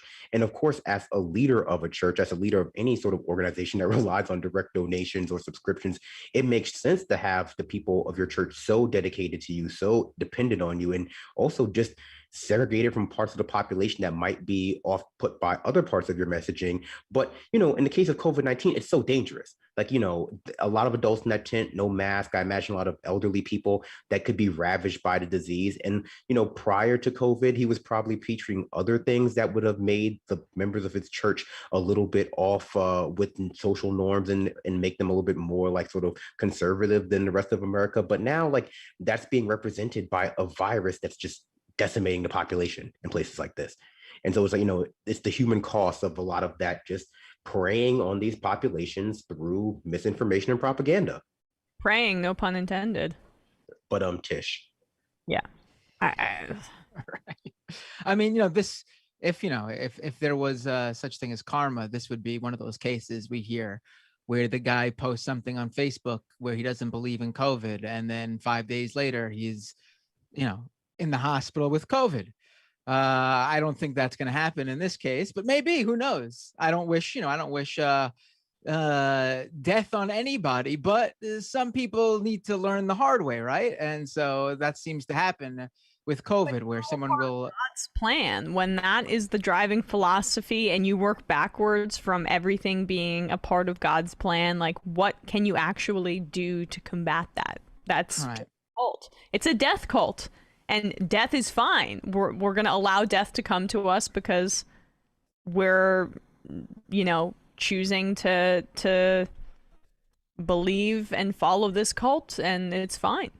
Definitely. I think in some ways, or a lot of ways, that obviously overlaps with capitalism, and a lot of these deaths that were occurring in communities that were being ravaged by the opioid epidemic, that were being ravaged by just general maldistribution of resources and other deaths of despair, were hand waved away with the same kind of religiosity, the same kind of conservative, propaganda that these people were consuming before now. I think what is going to become rapidly more problematic is that, but if this particular disease gets into this church and this church community, it's going to ravage them in a way that is not necessarily so easily hand waveable by like, well, yeah, some people are just deviant, some people are just, going to fall through the cracks, right? And so I'm not so worried about the preacher getting getting COVID, but his congregation. And because by the time that the preacher gets it and handshake for everybody, it'll be too late. He'll have exposed them.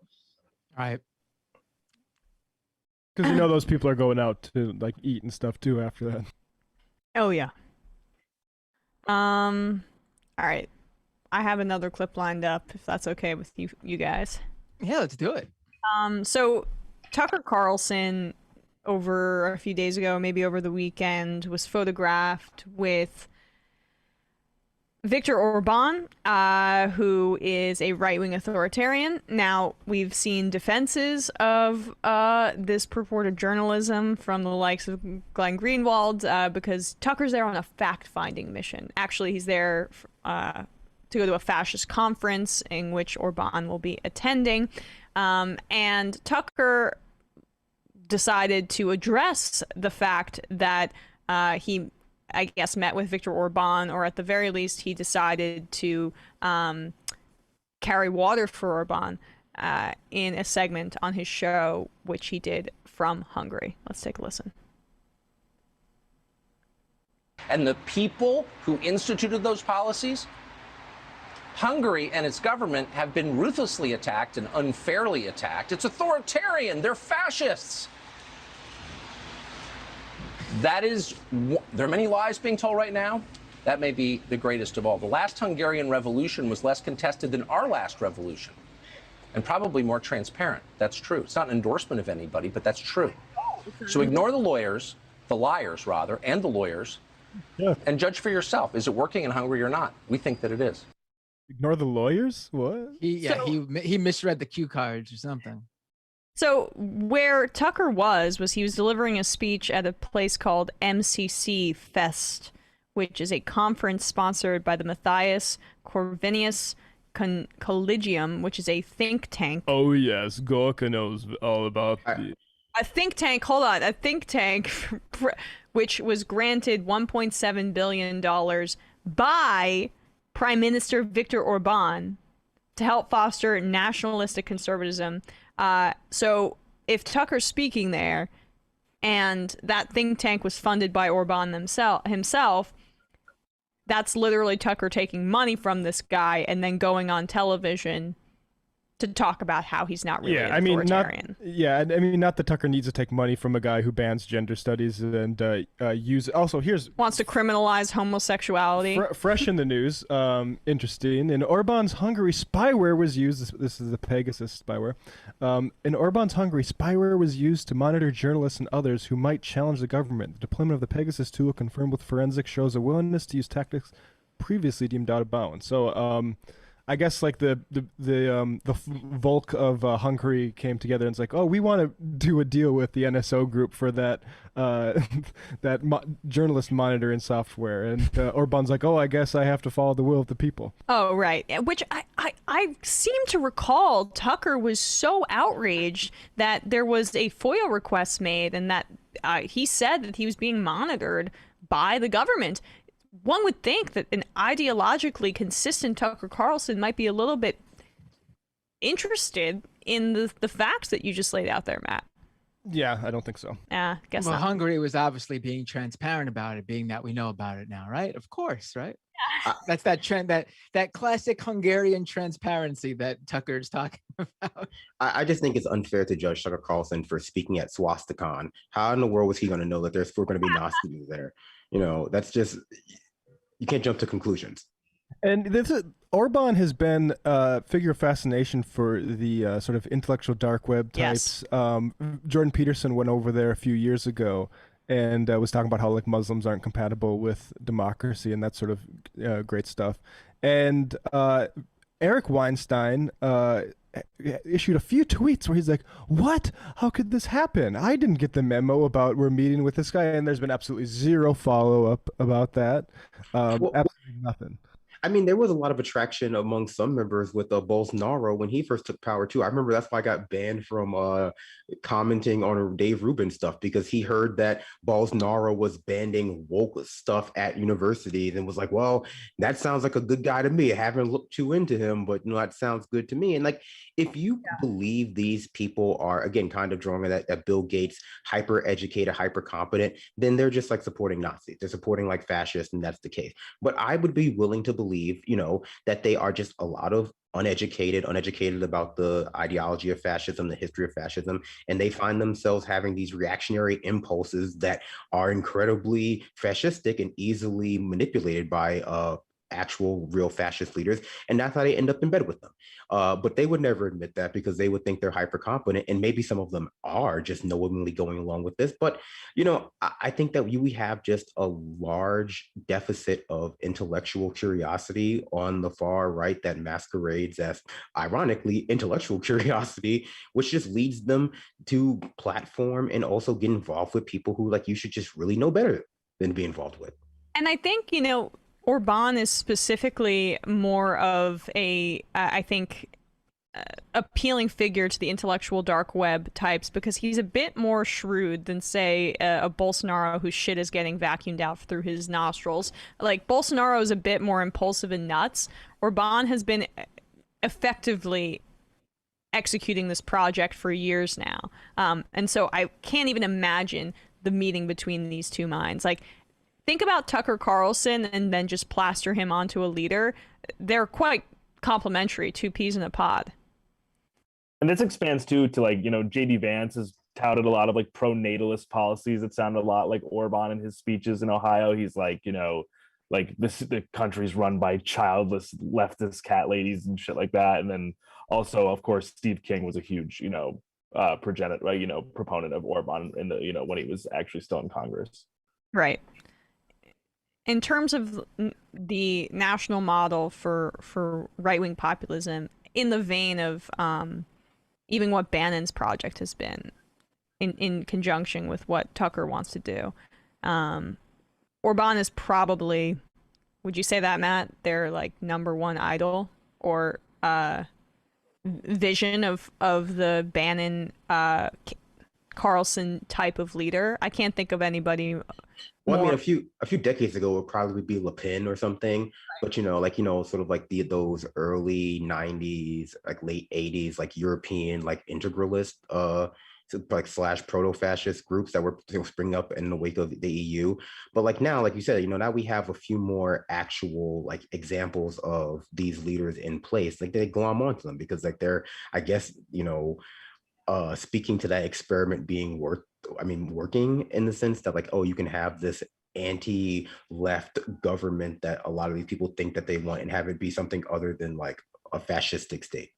Yeah, I think compared to like Modi or Bolsonaro, Orban is just more European, so I think he's more useful, right? And also the anti-Muslim thing, I think, is a big, sort of underlying motive here. Modi, if it's not him, then it's like Poland's government, Poland's prime minister. I mean, those two would seem to be who they look up to as terms of at least who's been successful in creating this sort of the sort of right-wing government they fantasize about. Right, and then it also just comes up with him bumping against the European Union. They get to talk about the globalists. It's always, useful to their project. All right, you want to take some more calls? Yeah, let's do that. Let's go to the phones. Let's see. Let's take this one here. 510. What's your name? Where are you calling from? Hey, Matt, it's Kenny from Berkeley. How's it going? Hey, Kenny from Berkeley. It's going good. What would you like to talk about?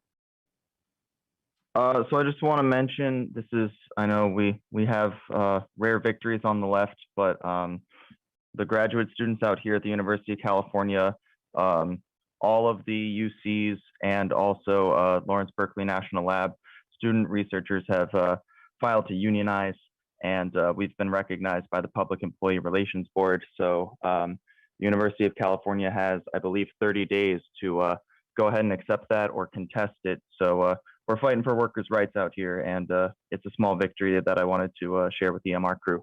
Oh yeah, for sure. That's great. Congratulations. Yeah, good for you guys. That's doing the Thank work you right guys. there. Thank you. Also want to mention that this, I believe, will bring up the number of unionized employees or unionized workers in the entire country by, I think, a full percentage point.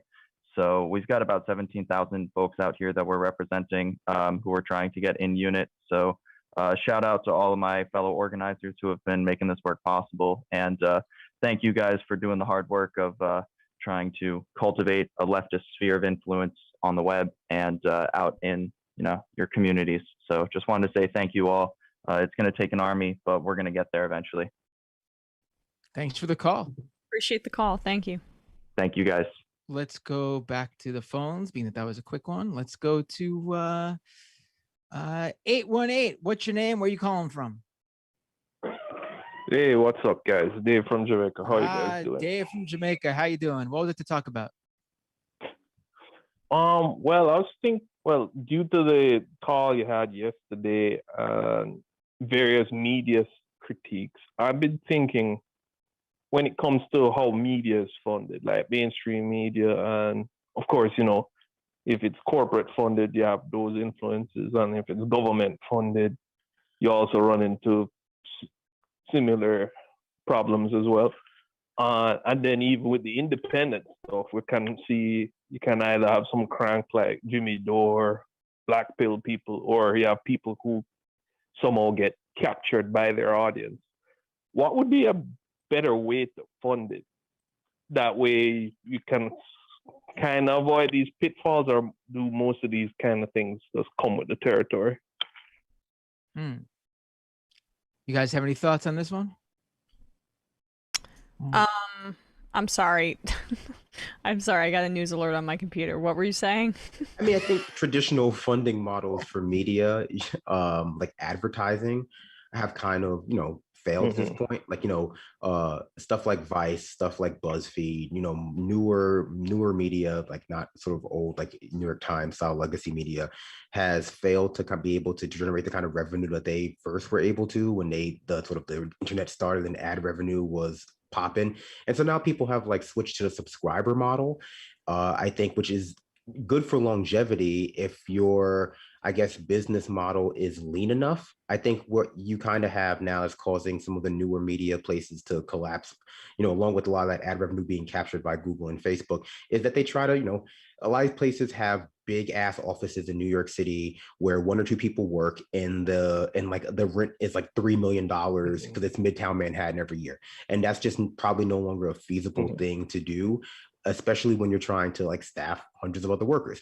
So what that means for the future of digital media, they are probably going to have to be a lot more hybrid models, like Means TV, stuff like that, that's able to like work leaner, work more in a co-op status, because I think legacy style of media where we have these big organizations with big offices in New York City that are like multi-billion dollar, like HuffPost style, whatever, that's just not happening anymore. I'm sorry. I guess. Yeah, go on. Go ahead, Emma. Sorry. No. I mean this sincerely. My cousin got engaged, and so I got a bunch of emails and photos. That's why I was distracted by. Oh well, congratulations to Emma's cousin. Yes. Congratulations to your cousin. Basically, he was. You want to quickly summarize for your? I don't want to put you. You're on the phone. I don't want to put words in your mouth. Why don't you quickly summarize for Emma what we're talking about? I was thinking about the way media is funded and then the pitfalls from the different forms of funding. And also when it comes to investigative journalism, right? How can we fund it in a way that, you don't end up with like the issues you have with corporate media or a government funded media? Or is there a way for government funding to media without the government influence? Stuff like that. PBS is a model for that, but they're not doing, I think tons of adversarial news, right? Honestly, what's crazy is that the Intercept, they're like have a huge windfall, or they have like a good safety net because they're funded by somebody who's really wealthy. There's not the infrastructure in place that you're talking about quite yet for there's this no to be viable. like the problem is like if we had the power to start doing stuff like that, we would be better rather than just funneling money to like select outlets in attacking the structural stuff that makes news impossible to be profitable. So like I mean you definitely need antitrust stuff as far as the online companies that have been hoovering up all the ad revenue.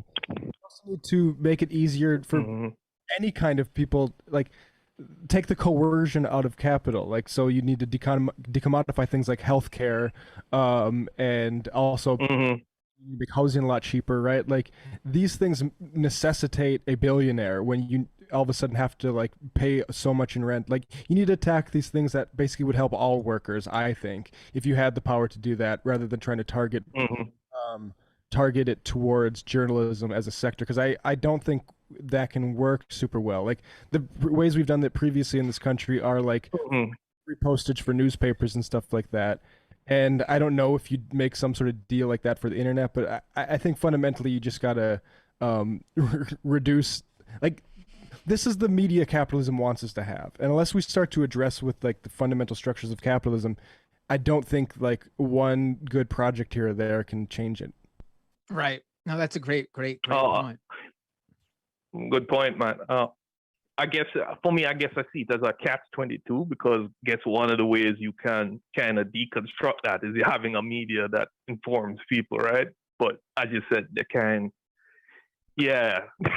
a tough one. No, I think about it. But yeah, thanks for taking my calls, guys. I'll think about that one a bit more. Oh yeah, and you know, Matt talked about the broader aspects of it, but just to zoom in on what you're saying too, like it is, you know, there's also the issue with while subscriber based funding is great for independent media, and you know that way there's no one who they have to funder they have to worry about pissing off, or no accusations that their reporting is being influenced in any way. It's also the fact that who their audience is affects how many subscribers or the level of subscription they can have and how big they can go. You know, obviously some right-wing outlet defending millionaires and people of means, their audience is going to be able to pay up a lot more to keep that media outlet going than a left-wing media outlet that's covering, workers' rights and fighting for, the average person, because their audience is obviously not going to be able to spend more than maybe like $5-10 and only maybe support even one or two outlets. So it's that definitely comes into play too. So it's not even just like the the influence of a major funder. It's also just like the influence of who your audience is, and realizing how far you can take something without, I'm not saying reporting influence. I'm saying, you have to realize that your audience can't fund certain things because of who they are. Right. Well, I do know, like, for your shows, because I do like MR Doomed and Left Reckoning and the Discourse, but I guess I do see some of the limitations, because like I know if you had the expenditure for your own investigative journalists and stuff like that, that would help out a lot. But because you have to kind of rely on other stuff, and it gets kind of tricky knowing what information is good and versus not. So I'm just looking on it like that. So, but anyway, thanks for taking the call, guys. Oh, no, thank Keep you. up the good work. I mean, I get emails like, "Oh, can you spare $60 to support?" And like, I feel bad asking my listeners for $5 on the Patreon. Yeah. So like, because I know who my audience is. You know what I mean? Yeah, I mean, Dims are texting me every day asking me for $25. That's bullshit. I only ask for $1 on my Patreon.com/expanded discourse. Let me take one more call here, because this was someone who called in first and something happened to their phone and we lost them. So let me just take them. 470, you should be back on now. What's your name? Where are you calling from? Hi, my name is Chichi from Clarksville, Tennessee. Hi, how are you? What would you like to talk about? Hello? Yep, I hear you. Do you hear us? Hi. Yes, I do. Okay, great. I just want to thank you guys for the great job that you do. And I can't believe how much I cried when Michael died. Michael helped me understand the world that we live in, and helped me understand why the people around me struggled as much as they did. And it was so sad. Michael was a huge loss for the left. Right. So I just wanted to get that out of the way. I've been trying to say that.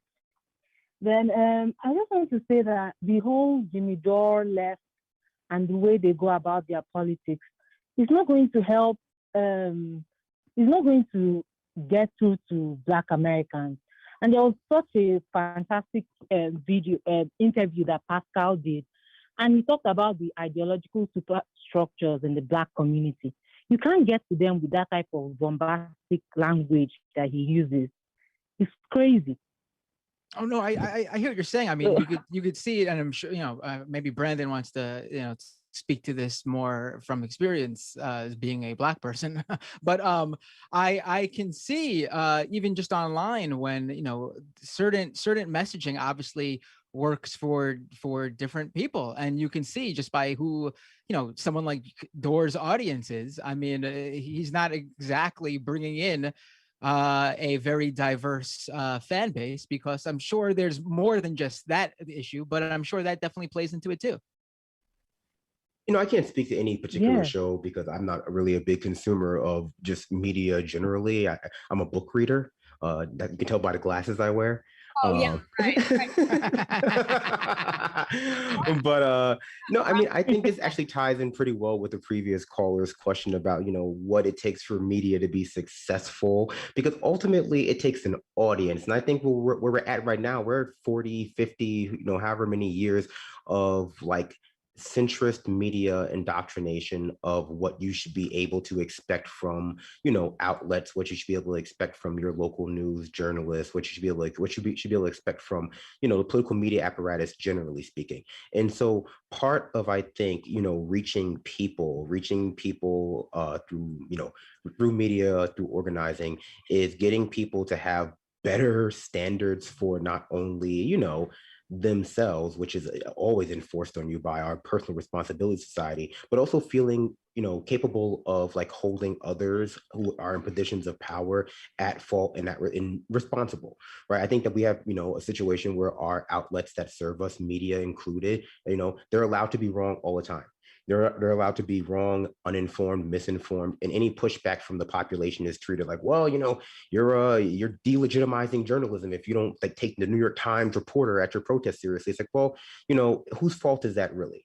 Whose fault is it that our media institutions are not being taken seriously by our population? And I think part of this is just we need a cultural revolution, not only just the Black community, but also just in the the communities that are being underserved currently by the dominant narratives that we see not only on our television media screen, but how that has trickled into a sort of reactive left independent media culture that's just reacting with the mainstream media and therefore relies on them as well. Like, how do we build a truly independent left media that is not just relating to clips from other more problematic media, which I know we just did, but I'm just saying it's more generally, right? How do we extricate ourselves from what is a toxic ecosystem, the same way that, MSNBC and CNN kind of rely on Fox News to be crazy, so for them to seem more reasonable. Right. Appreciate the call, Chi-Chi. And I just wanted to add. Sure. Oh. No, go ahead, Ed. Okay, and I just wanted to say that in the chat, I can see a lot of people saying she's Nigerian. Yes, I was born in Nigeria. But I wanted to say that Michael's explanation spoke so much to me, and Pascal's explanation spoke so much to me, because when you talk about the Black politics globally is a politics of containment. And whenever you see Black people rise up, you see the brute force of the capitalist protectors, the army, the police, anywhere. They kill people at will. And it's so, listening to Majority Report helps me make sense of the world, really. Thank you so much. Thank you for the call. Really appreciate the kind words. I'm going to read some IMs. Yes, I really appreciate the kind words. And of course, it's great to hear that stuff in terms of how Michael reached people. Let's read some of these. We could all take some tips from Michael on how to reach a diverse audience. I'll tell you that much. Michael Brooks show had it all. Very diverse audience. I remember the live show. Every person who came up to me was a different race, creed, or ethnicity. It made it really hard to, get my talking points straight. But seriously. Yeah, we only had one ticket per identity category. Right. Right. That's how you gotta do it. That Philly was the Philly one your first live, the one I was at? No, that was maybe the final one actually. Really? No, because you guys went up to, you did the one with Crystal. Wait, again? No. Maybe that no. was Philly, right? Oh, that was. She was there with me. Jesus, what's wrong with me? Shade. Oh God, sorry, I forgot. Says no one cares about your Twitter, Emma. I don't know if somebody does. Somebody does. At least one person does. Matt writes in, Binder, do you remember former WWE referee and hardcore Q supporter Drake Wirtz? It looks like he just announced he's running for Florida State Representative. Any chance we can get an episode of Doomed on him? He's got a really interesting story and trajectory into his Q madness. Yeah, I've covered him a few times actually. I've had David Bixenspan on to talk about him. He's an interesting. It's Wirtz. Yeah, he's an interesting case where this is a guy who did. He came up as like a hardcore wrestler in terms of hardcore matches with weapons and stuff like that. And he had I believe it was an alcohol addiction. He had a drug addiction of some sort.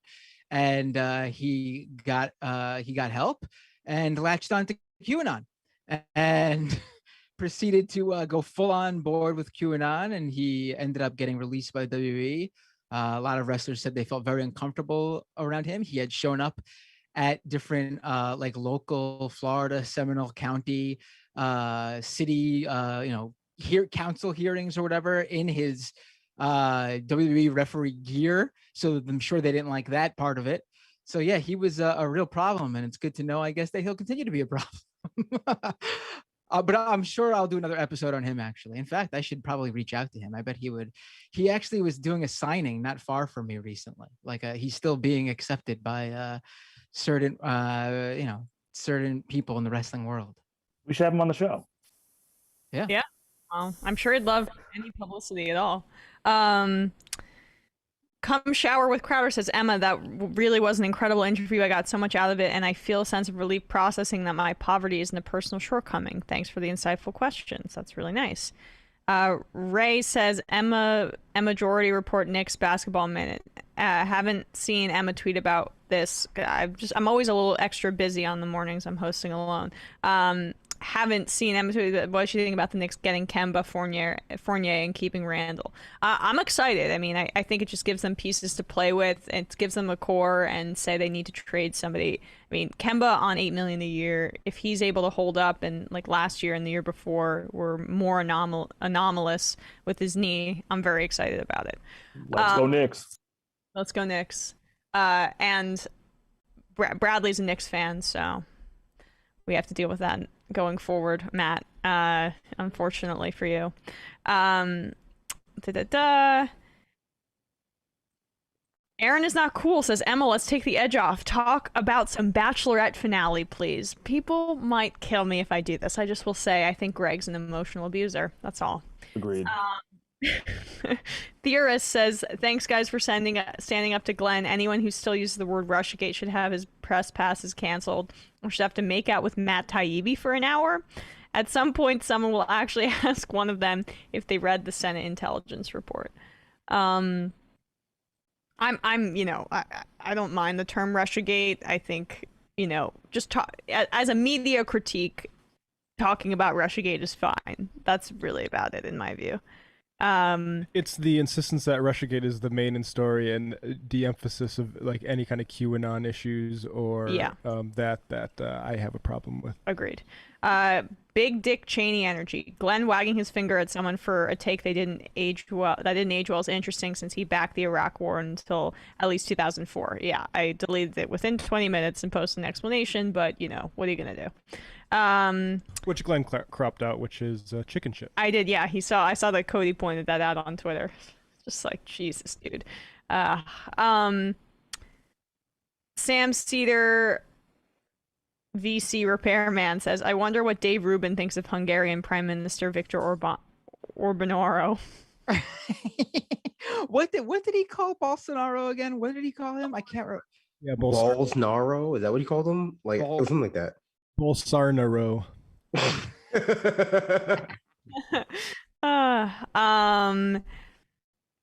For Matt, Chuck Grassley's Vine account, what do you think about Sam Cedar versus Cody Rhodes feud to see who gets to keep the nightmare gimmick?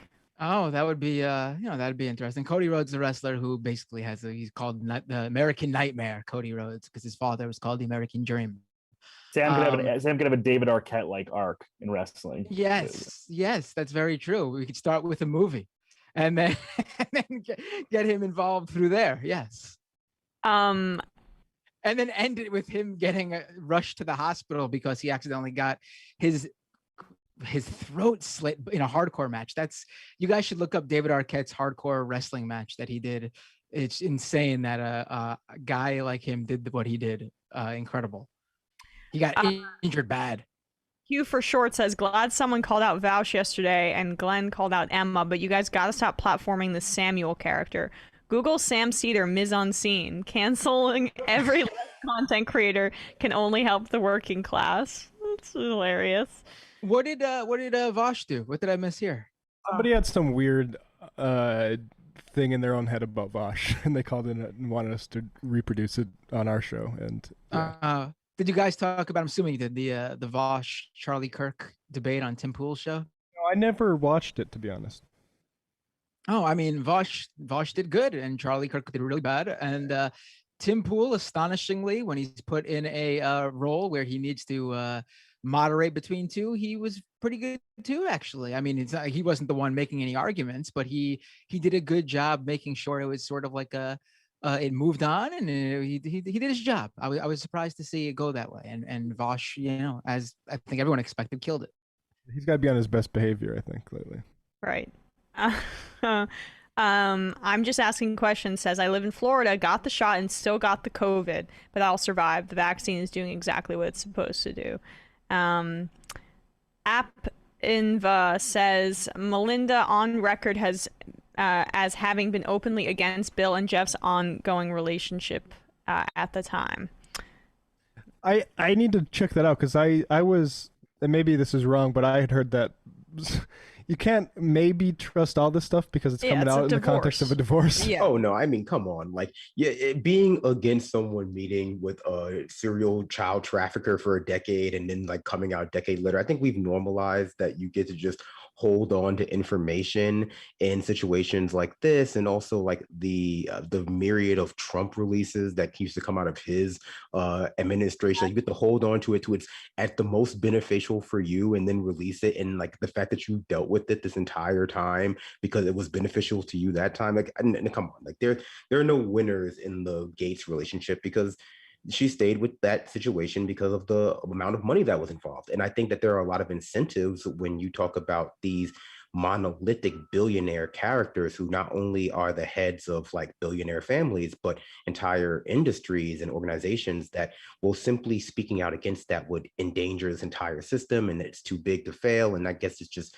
too high of a cost. But we have to start dismantling that, that neuroses that exist within our society, generally speaking, because that's just the foundation of every kind of racism, sexism, whatever you want to call it, that prevents accountability. That like, if we get rid of this person, the whole system's going to fall down, and that's just way worse than whatever they're doing at this point in time. Right. All right, let's do one more clip because it's I think this one's pretty hilarious.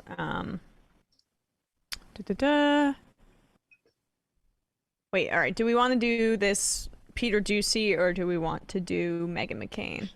Oh, let's do Meghan McCain. Yeah. Okay, yeah, it's just... I mean, time's running out. We're not going to have this forever. Oh my God. I mean, you say that, but I thought she quit over a month ago.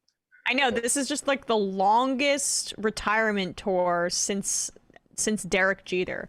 Meghan McCain was on The View yesterday and decided to talk about a topic that maybe she should keep a little closer to the vest.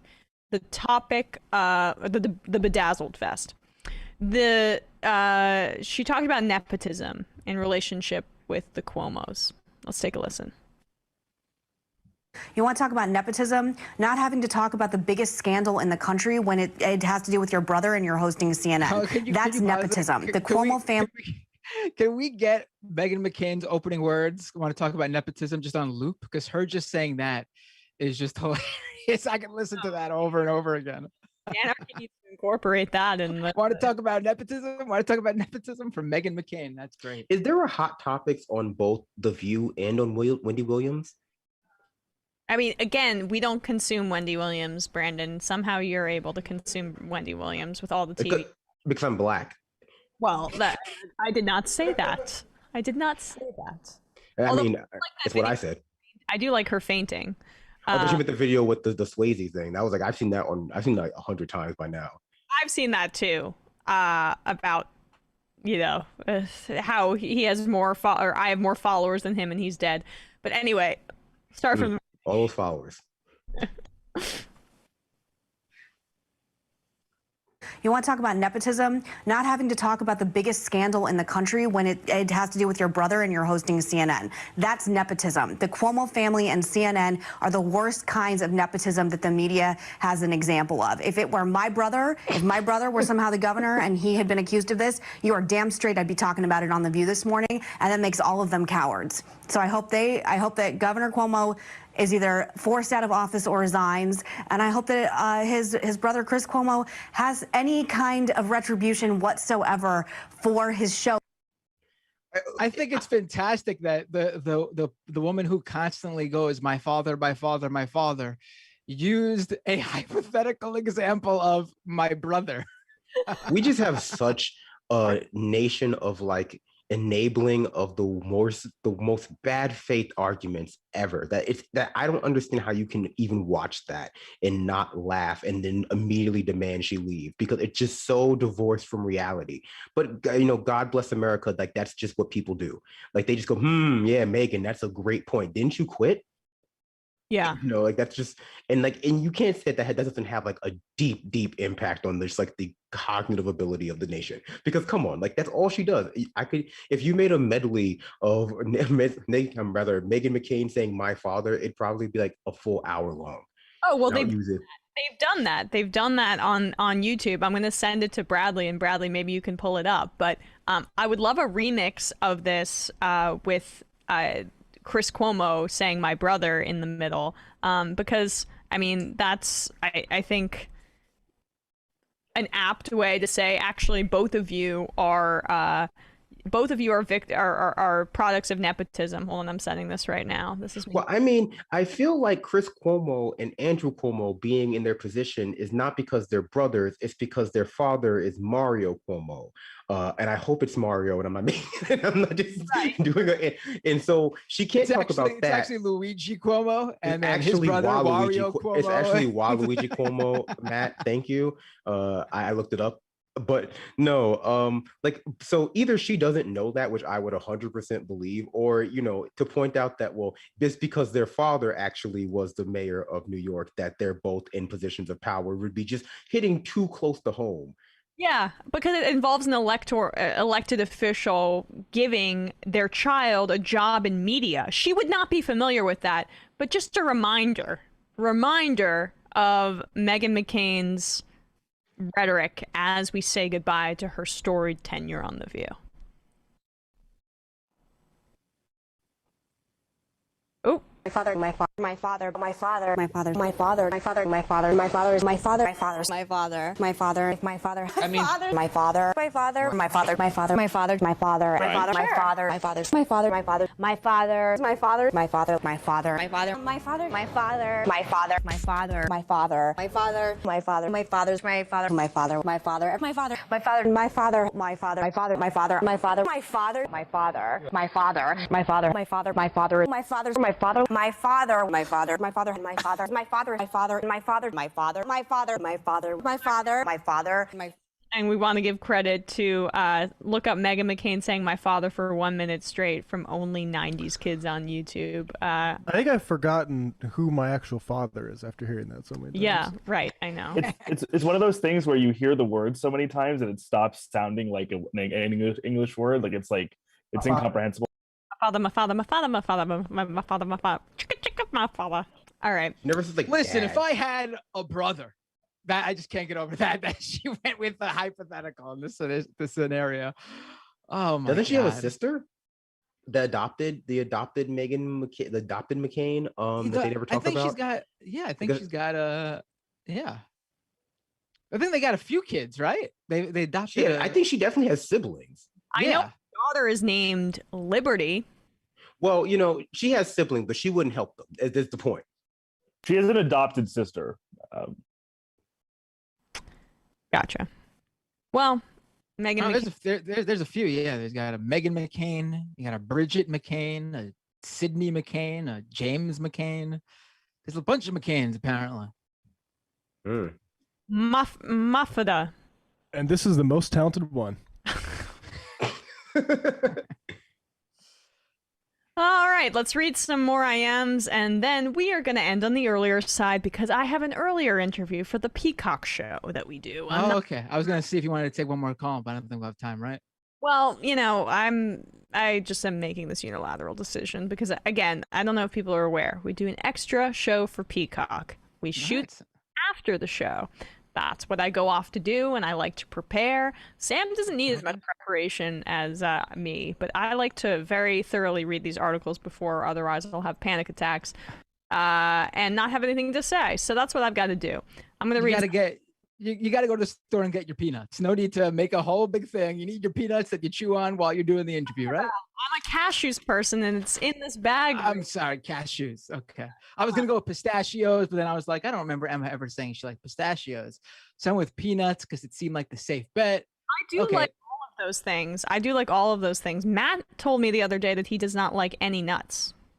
I like peanuts, but that's it. Oh, okay.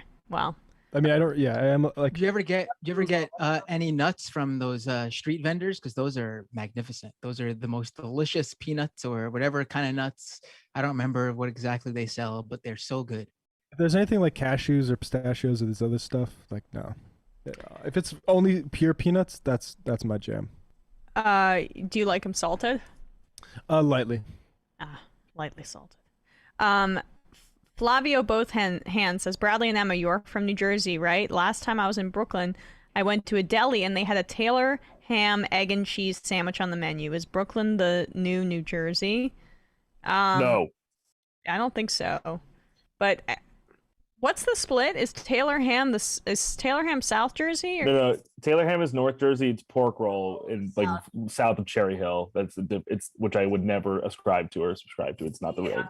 The only person who would ever say that Brooklyn is the New Jersey is someone who's moving to Jersey or lives in Jersey, trying to convince themselves of something like that. That's just the fact that it aligns with North Jersey sort of makes sense, right? Because it's just geographic. It makes sense that if the pork roll is migrating here, because it's the better half of the state. That's true. Rob from Dedham says, on the Indian media front, props to Democracy Now! For the 25 plus years and even being broadcast on some radio stations and TV stations. Yeah, I mean, let's be real, guys. Like, we all, I think, aspire to do what Democracy Now! Does at some level. At least I do. I don't want to speak for everybody, but I gotta love Amy Goodman.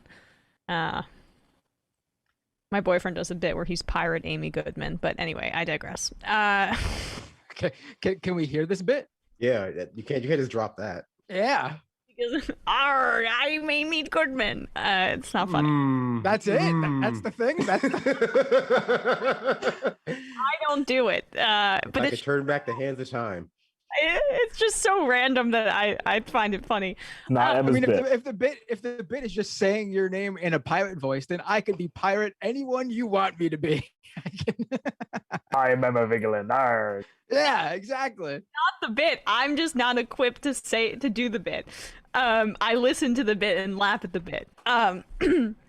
Wyoming Ryan says, the preacher is 99% vax. It's 100% a business decision, not ideological. Aaron is not cool. In my I religion, don't know. I actually don't know if that guy would be vaxxed. Like, there are people out, like, I know that's the usual thing we go for. Like, oh, if someone's telling people not to get vaccinated and they have some sort of grift or play, I guarantee they're vaccinated. But there are people who are true believers in this shit. And I honestly, I wouldn't be surprised if he was a true believer and wasn't vaxxed himself for this particular guy. I think it's so like problematic that we've gotten to the point where we just can't tell the difference, because for some reason it just makes it okay if it's a grift, more so than if he actually believes it. At least when it comes to, like, you know, more heavily platformed people like Tucker Carlson, where it's like, well, no, he doesn't really believe it. It's some kind of like, it's sometimes exculpatory, when it's like, that's actually worse. You know, like the fact that we can't discriminate, or rather distinguish between whether they're true believers or grifters, doesn't make them any less dangerous to like the population. It's always been a way. It always seems like it's a way to like distract from like the fact that from that fact.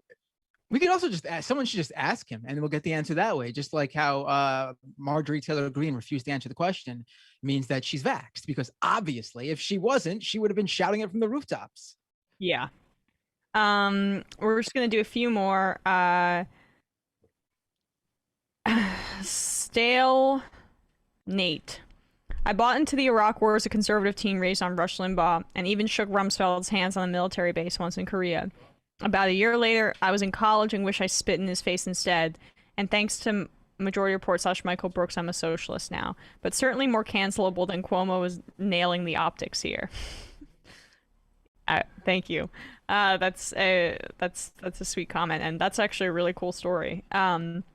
Emma, pub owner. I lived in an NYC apartment for 20 years and the rent was decent because they could only raise a certain percentage every year. When I moved out to have more space, they immediately bumped the price $1,000 a month.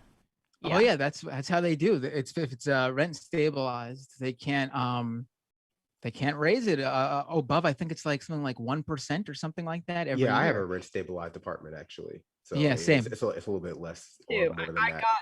I got my lease renewal, and they're offering me it's $23 more next year. But one thing they have to do though when you move out though, because this is what happened with us, is if someone's been there for like 20, 30 years and it's really low and they obviously want to bump the price up, they need to put a certain amount monetary wise into upgrading the apartment to be able to raise the amount a certain percentage more. They can't just like leave it in the exact same condition and just be like, oh, person moved out, up $2,000. They have to actually put money in to make sense of the rise in the rental cost of a rent stabilized apartment.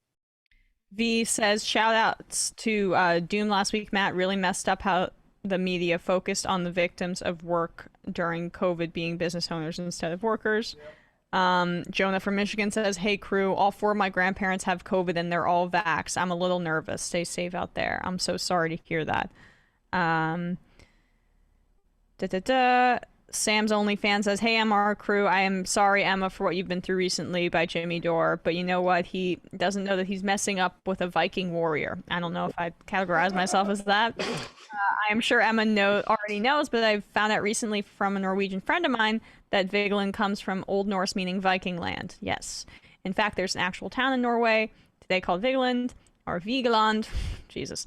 In addition, I had to reread that I am because it was written weird. They weren't saying I messed up. Okay, I was like, what? I was like, what did I mess up? Yeah, that it was messed up. Pretty cool stuff. Yes, there's a museum, and there's a park called Vigeland Park in Norway. Pretty cool stuff. Keep up the spirit and good work. And I'm just going to take one more. I am... Aaron is not cool says, in my religion growing up, I didn't realize how much the end of the world is something that was being eagerly anticipated as the final individual moral test. All right, folks. Thank you guys so much for your time. Matt and Brandon, everybody, thank you for tuning in. Tune into Doomed. Always a pleasure to be here with you guys. And I hope always a pleasure, Matt. Yeah. And I hope to see some of you tonight, youtube.com/Matt Binder, 9 p.m. Eastern time. Perfect. All right, folks. See you tomorrow. Peace. It might take all the strength I got to get to where I want, but I